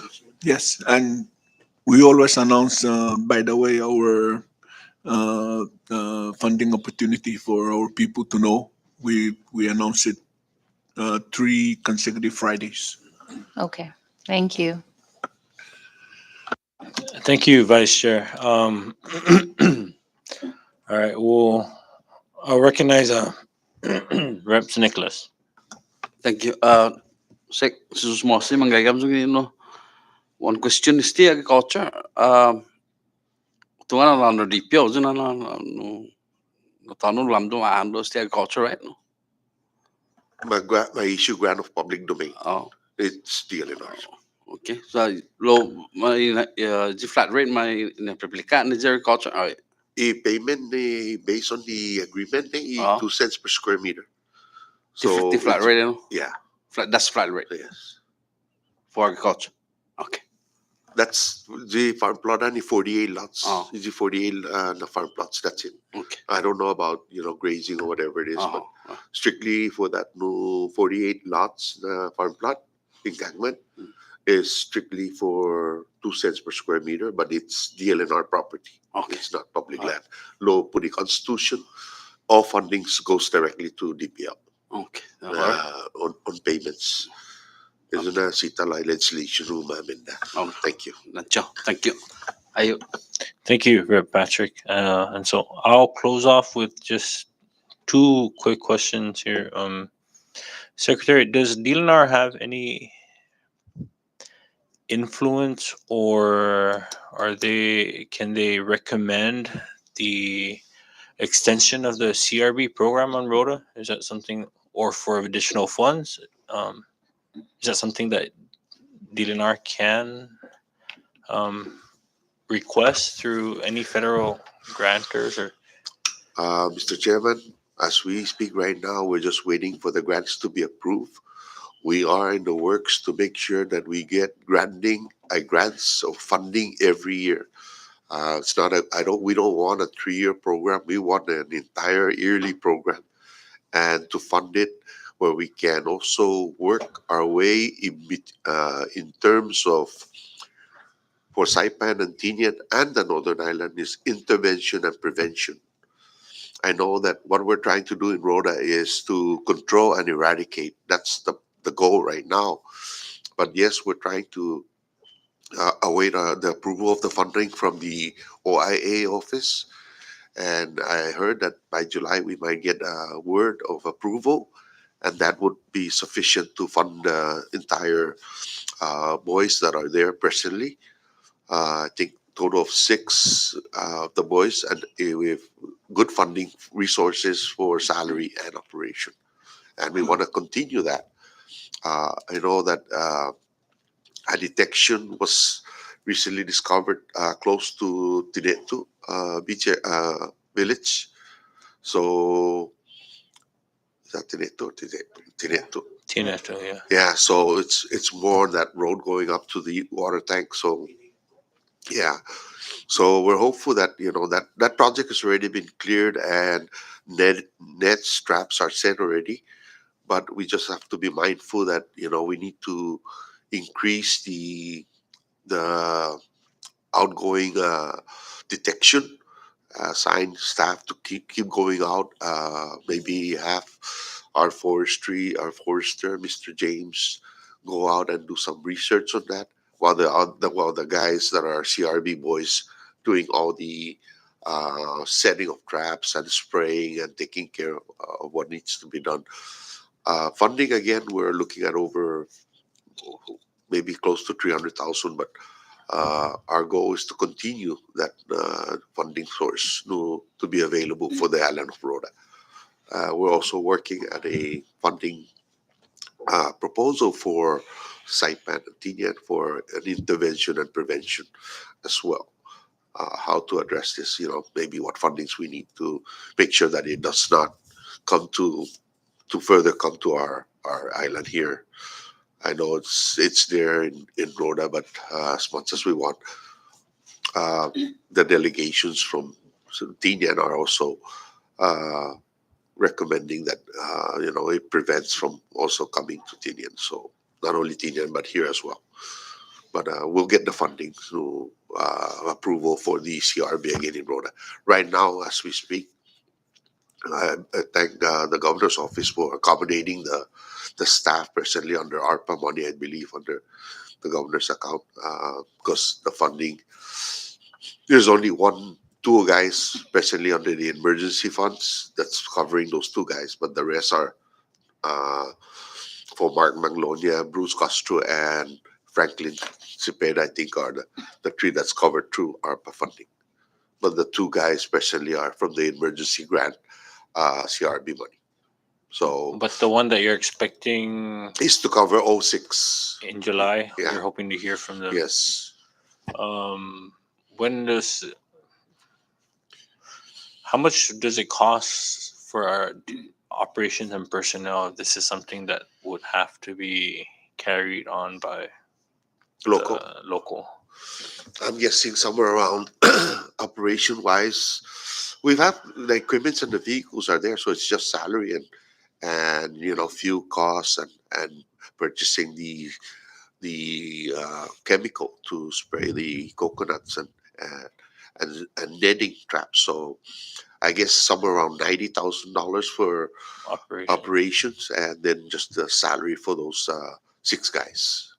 Okay. I think Mark, Magnolia, Bruce. But the emergency funding has what been paying for all of these Yes. since the start. Yes. Yeah. So the grant through Only the four. The emergency funding was like 250,000 that came last a year ago. So it only paid for the four staff and operation. So there's still $93,000 remaining for operation on that emergency funding. Okay. All right. Thank you for that update. Yeah, go ahead. The next question I have is for Director Pangilinan. I think some of the concerns from what I'm hearing on Rhoda and even from today is in regards to the conservation officers, these duly sworn officers meant to enforce and protect the wildlife as well as the marine. But it seems that the requirements to be even a conservation officer one is something that's hard to attain from someone who has law enforcement experience. Does DFW or DLNR in general have a say in some of these requirements, and if so, is that something that DFW can work with OPIM and trying to see how we can hire conservation officers absent any wildlife enforcement experience? Because I've known of several individuals, at least on Rhoda, that has tried to go into that field as a conservation officer, but they get turned away because one of the requirements is having, I think, 4 years of wildlife enforcement experience. And so I'm trying to see why would it be harder for somebody to become a conservation officer one versus becoming a police officer one. Okay, there are several classifications within the conservation position. There's conservation technician, there's conservation uh, specialist, and there's conservation officer. So you go towards this, there's conservation training to an inspector. So you go to the tier of this training, you know, the tier of this different classifications that was set by the Office of Personnel Management, Master Classification Index List. Okay, in order for you, according to the classification index, to become a conservation officer, you have to be enrolled into the police academy, at least on that. So that's where you can gain experience by being a conservation technician or a conservation inspector, conservation specialist, and then you become a conservation officer. Okay, if you have uh, that, we have to see how we have to change the minimum requirement and make sure also that when we're setting the minimum requirement, we're not downplaying our minimum requirement just so that people can be eligible to attain that position. So certainly we can talk to the Office of Personnel Management and see how we can work on those things. But it has been set that provisions was set by the Office of Personnel Management. And yeah, the central government, the division, the secretary's office has a lot of say when it comes to the conservation enforcement. That is pursuant to Amendment 25 and the case between Inus versus, I think, Manglonia, where they trial that case that does the enforcement falls under the jurisdictions of the municipality, or does that falls under the jurisdictions of the central government? Then Judge Manibusan came out with his ruling and said that the enforcement, which is the police and conservation officer and conservation and customs, falls under the jurisdictions and purview of the Secretary of Natural Resources. That is the enforcement applicability and decision making on enforcement actions on the other three islands. Now, for hiring of personnel, that falls under the resident director. So we coordinate the enforcement activities. They coordinate with us when it comes to enforcing conservation laws and making sure that we are in line with the central government's directions. That in line in protection of our wildlife and marine conservations, areas of enforcement. But again, like the director said, the budget for these positions are strictly under the control of the municipality mayor's Right. account. So Right. it's them that allows that new Right. Well, hiring process. I know. my concern is just getting, because these technicians or specialists or inspectors, they don't have the full authority of an officer. Right. They don't have the badge. Is that correct in saying Yes, that they don't because have the we badge? have one individual in Rhoda right now Right. that took the police cadet Right. and passed. And she's capable of being a police officer one, but she's not entitled to receive a conservation officer because she doesn't have the background experience, even though she accomplished the police cadet training. Right. She requires OPM requires that she has to have at least 4 years of knowledgeable no conservation no work experience, and that's the holdback of this.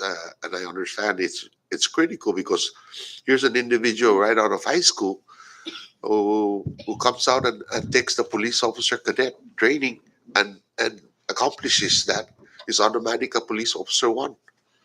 But here's an individual that takes the police cadet, which requires them to be an enforcement officer, conservation officer. Once they accomplish that, they still cannot be a conservation officer because they don't have the background experience. That's the sad thing about it. But we It's correct. certainly can, sorry, but we certainly can look into that with and work with the Civil Service Commission to see how we can make that comparable to, similar to the police and the customs, where they can become an officer right after they have gone through the academy. Yeah, and that was a concern that I have because lately there have been a lot of reports of commercial fishing, and so not having the enforcement officers to monitor both inland wildlife activities as well as marine activities. The lack of conservation officers are is hindering the ability of the DFW on ROTA to enforce certain regulations and laws.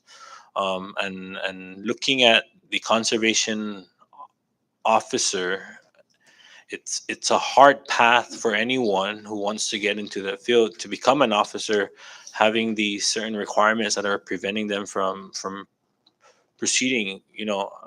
Another example is we have a police officer who has years of boating experience, which could possibly, assist the division in terms of the marine activities, interested in that position, but is limited, or is being held back by this requirement of having 4 years of wildlife experience when he already he already has the experience in terms of boating safety and all of that stuff. And so and that's why I was asking if that's something that DLNR or DFW can work with OPM and trying to figure out requirements that are needed, but also can help assist, in the limited uh, pool of qualified and interested individuals that are wanting to enter this field of protecting our wildlife. And so, um, yeah, if that's something that DLNR can work with and assist, and try to see how we can get more personnel to protect We will certainly look into the that, activity. Mr. Chairman. Okay, thank you. With that, I just want to say again, thank you to the entire DLNR, and especially you, Secretary. I mean, with your presence on Rhoda, I've seen you coming down and checking up on projects on Rhoda, and we appreciate the assistance you extend to Rhoda and Tinian, as well as to all the other divisions that are here today. Um, we like I mentioned earlier, we are expecting a revised budget by July 1st. If there's anything that we feel that we may need to address in regards to DLNR's proposal from this revised budget, we'll reach out. But we also hope that any additional requests that you have, including what Rep. Selena had requested, if we can get that in by July 1st, so that we can um, allow the members to consider those requests when we deliberate on the final product of the budget. I know there's one quick last minute question, and so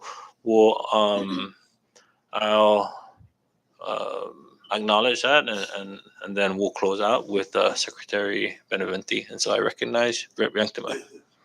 Thank you, Chair. Sorry, I know we are all hungry, and I need to, I need to say this because I met up with the RD of Tinian, and we were talking because you guys were talking about eradicating something, and I just, yeah, you reminded me about what we discussed about the island of Aguigan.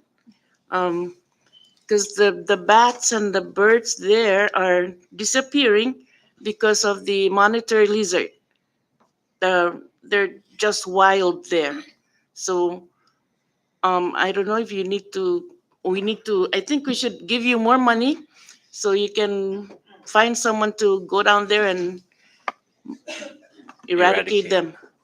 Because the bats are indigenous and to this area, and the birds are federal, endangered species federally, I think. So we might get someone to buy those lizards or something for. Thank you.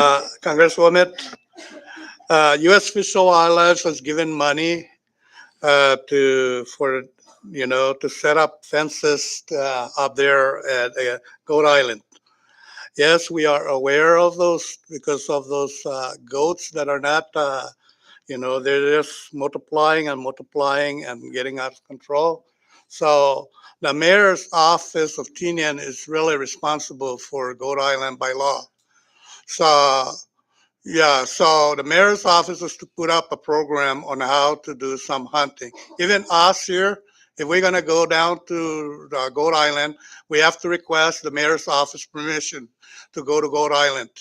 So Goat Island is very unique to itself because it's the only island that a mayor is responsible for its island. So we did have our people there just came back for 2 weeks of research to do those type of research about the monitor lizard and the goat and to just see what's going on the land. On the land, we will work with the mayor, and I believe that the mayor and the secretary can jump and receive money from the DOD to put up fencing in that area so that they can separate the goats and from the areas where we want to be protected. I guess the Department of Defense put in $1.5 million to Tinian, actually for the Goat Island, and this is for do like a reforestation for what they call food source for our wildlife.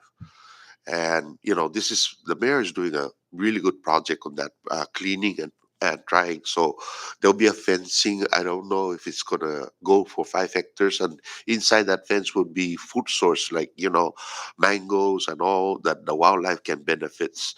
But at the same time, that fencing so the goats does not go in there and be utilized. The mayor can still allow the season of hunting goats. But again, the fencing area will be strictly the control of protecting and making sure that the food source of fruits would grow and provide the foods that they need for the fruit bats, the endangered other birds that might use those as resources. So thanks to DoD, 1.5 million is going to Goat Island or Agingat. Thank you. Thank you. That's all. Promise. Thank you, Rep. Tamay. And so with that, we want to thank you again, Secretary Beneventi, and to all the directors that are here this morning. Um, all right, and so we will now excuse DLNR and take a short recess. Thank you. Thank you. I hope that you guys can consider our request. Thank you.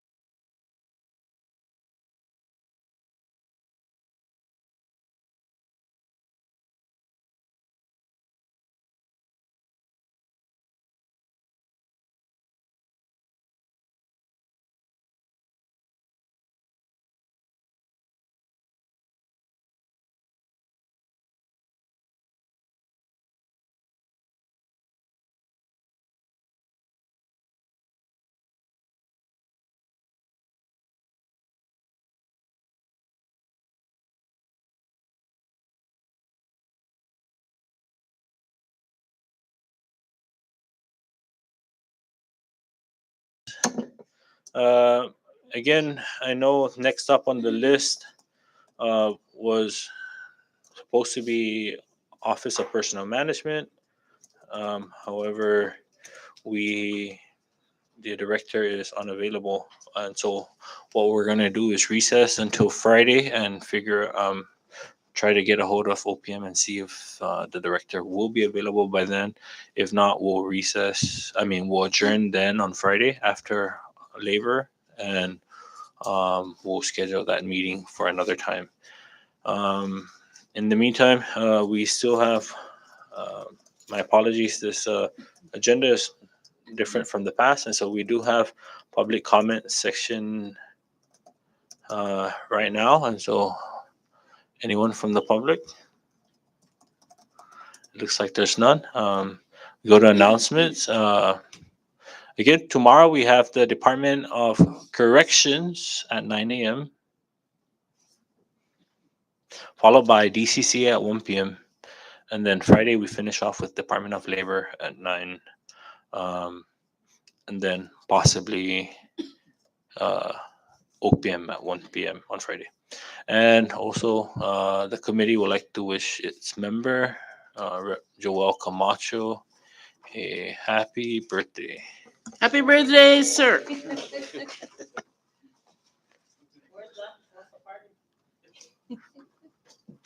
Party in his office. We have. All right. Any other announcements? Any other announcements? We will now recess. Hold on, so that nobody leaves from labor. We'll recess till 10:30 on Friday in hopes that we finish labor in an hour and 30. All right. So recess until Friday, June 24th at 10:30 a.m.